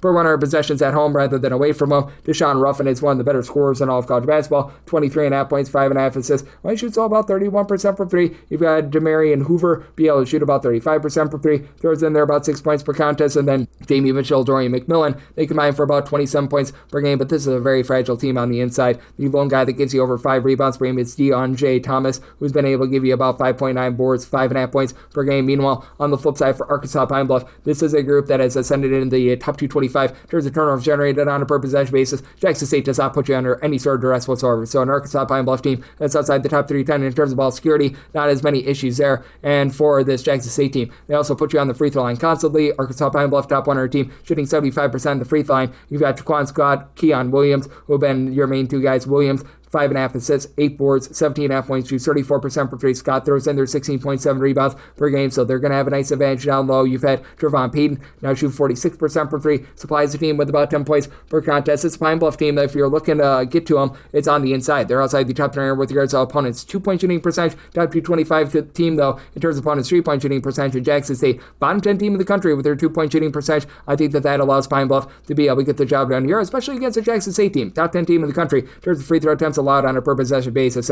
Made Pine Bluff the 2.5 point favorite. Like them on the money line, and I like the over. Somebody told 156.5, 36, 539, 36, 540. Alcorn State, they're going to be playing against two Mississippi Valley States. Valley State is an underdog of 9.5 points, 137.5 to 138.5 is the total. I like this total to the over. I did somebody told at a 140. Alcorn State has slowed themselves down as the season has went along, but still about 148th in the country in terms of total possessions per game. Mississippi Valley State, they're 99th, and Mississippi Valley State actually has two really nice go-to scorers. Michael James has been shooting over 90% of the free throw line. He's their go-to guy with about 21.5 points, 3.5 boards, 2.5 assists per contest, shooting about 33.5% from 3. Daniel Mayfield up to about 6.5 boards, 13.5 points per game. And for Valley State, they become a top 175 team in terms of turnovers generated on a per possession basis, but Alcorn State is 78th, and for Mississippi Valley State, bottom 15 team in the country in terms of turnovers on a per possession basis. Alcorn State is the exact same way, so I think that there's going to be a little bit of sloppiness, but what really sets Alcorn State over the top, in my opinion, is their overall 3-point shooting. Team is a top 150 team, shooting 34.7% from 3-point range, and it's very much a whole is greater than the sum of its parts sort of outlet for this team, as you've got Tyson McDaniels, who's really the lone guy that gives you over 5 rebounds per game, 11 points, 5.8 boards, but then you've got Jimmy O'Morris along Shane Lancaster, combining for 21.8 points per game. Lancaster shoots 46.5% from 3-point range. Morris is sort of the quarterback of the defense, 3 assists, 2 steals per contest. Alcorn State is just getting absolutely dumped out down the glass, bottom 15 team with regards to rebound percentage. Mississippi Valley State, same way, and for Alcorn State, they're in the bottom 20 in both opponents' 2-point shooting percentage and their own 2-point shooting percentage. Meanwhile, Mississippi Valley State, well, they're right there as well. They're outside the top 340 in terms of both opponents' 2-point shooting percentage and their own 2-point shooting percentage, and they're absolutely getting blasted from 3-point range. They are outside the top 335 in terms of opponents' 3-point shooting percentage. They're in 56 with their own 3-point shooting percentage as well. So I do think that in what is going to be a little bit of sloppier game, Elkhorn State just has way more depth, and they're much better in terms of taking care of the ball, as well as this Mississippi Valley State team. 15 plus turnovers per game. I do think that Elkhorn State gets the job done here. I'm willing to lay up to 9.5 with them. I like the over. I saw my total at a 140. Final two games are Patriot League Conference Tournament games, and these are going to be played on the home floor of the higher seed. It's 306-541, 306-542. Army on the road against Bucknell, and Bucknell does find themselves as a favorite here of 2.5 to 3 points. Totals between 145.5 to 146.5, and I am in on the under. I saw my total at a 142.5. Now, Army takes over 50% of their field goal attempts from 3-point range, but they're only shooting about 32.2% from 3-point range on those away from home. Have a Bucknell team that's outside the top 3 in terms of points allowed on a per possession basis, and they are a bottom 35 team in terms of opponents' 3-point shooting percentage. So I'm going to be willing to take 3+ with Army. I did set my line at 2.5. Army is a much better defensive rebound percentage team as well. Top 125 team in terms of defensive rebound percentage. Ryan Curry, I think, is the most versatile player in the game. 13.5 points, 4.5 assists, 4 boards. Should shoot 35% from 3. The Jacksons, Jackson Bell, Jackson Furman, they've been able to combine to shoot about 36.5% from 3 points between the two of them. You get a little bit over 21 points per contest, and for this Army team, where they're getting really had, it's down low. They're outside the top 3 with regards to opponents' 2-point shooting percentage, but it's not like Bucknell is really excelling in any form of offense. They're outside the top 3 in terms of points scored on a per possession basis. Also outside the top 250 in terms of total possessions per game. Amon Doris, who comes over from Germany, 16 points, 4.5 boards. He's been able to shoot 34% from 3 points, and then you've had Archulete Spendone be able to supply about 6 boards, pair of assists, 12 points per game, but for Bucknell, they're outside the top 285 with their own 2-point shooting percentage and opponents' 2-point shooting percentage.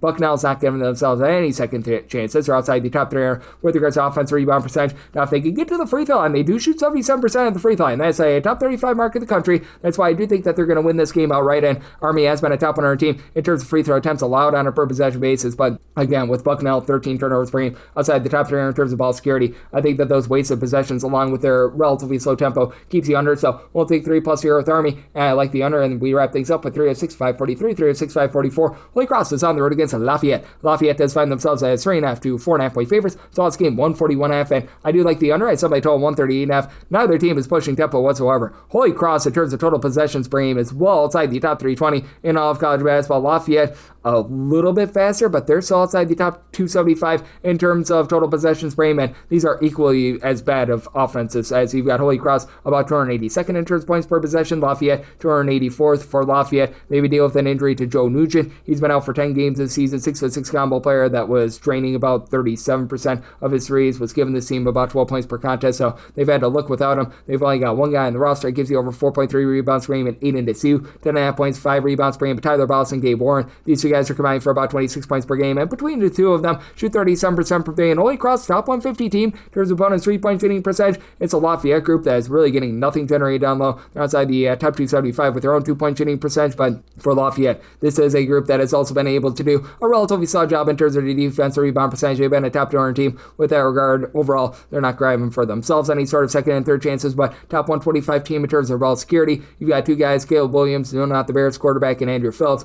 who combine for about 29.6 points per game, and Williams in a pressure spot shoots 87.5% at the free throw. I think that he's the best player in this game. Mark Butler has been able to give you 4 assists per game. You've got Christian Humphrey Rembert, who's been able to supply now about 6.5 rebounds per game. With how fragile Holy Cross is down low, I do think that is going to be just enough for the Lafayette team to get the job done, along with Holy Cross being shorthanded. So I did some online at 4.5. We'll delay up to 4 with Lafayette, and I like the under as well. And that'll wrap things up for the Tuesday edition of Coast to Coast Hoops, now part of the VSiN Family Podcast. If you do like hearing from this podcast, Coast to Coast Hoops, you're able to subscribe wherever your podcasts, Apple Podcasts, Google Play, Spotify, Stitcher, and TuneIn. If you have a question, comment, segment idea, what have you for this podcast, you do have one or two ways we offer those in. First one is my Twitter/X timeline at @GUnit_81. Keep in mind, letters they mean does not matter, so as per usual, please do send these into the timeline. And the other way is find an Apple Podcast review. If you rate this podcast 5 stars, it's very much appreciated. From there, you're able to fire in whatever you'd like to hear on this podcast via that 5-star review, coming at you guys every single day on this podcast with picks and analysis on every game every day. So I'll be back with you once again tomorrow, and also big thanks to Trist and Freeman of Bustin Brackets for joining me in the last segment, and I'll be back with you guys once again on Wednesday. Thank you.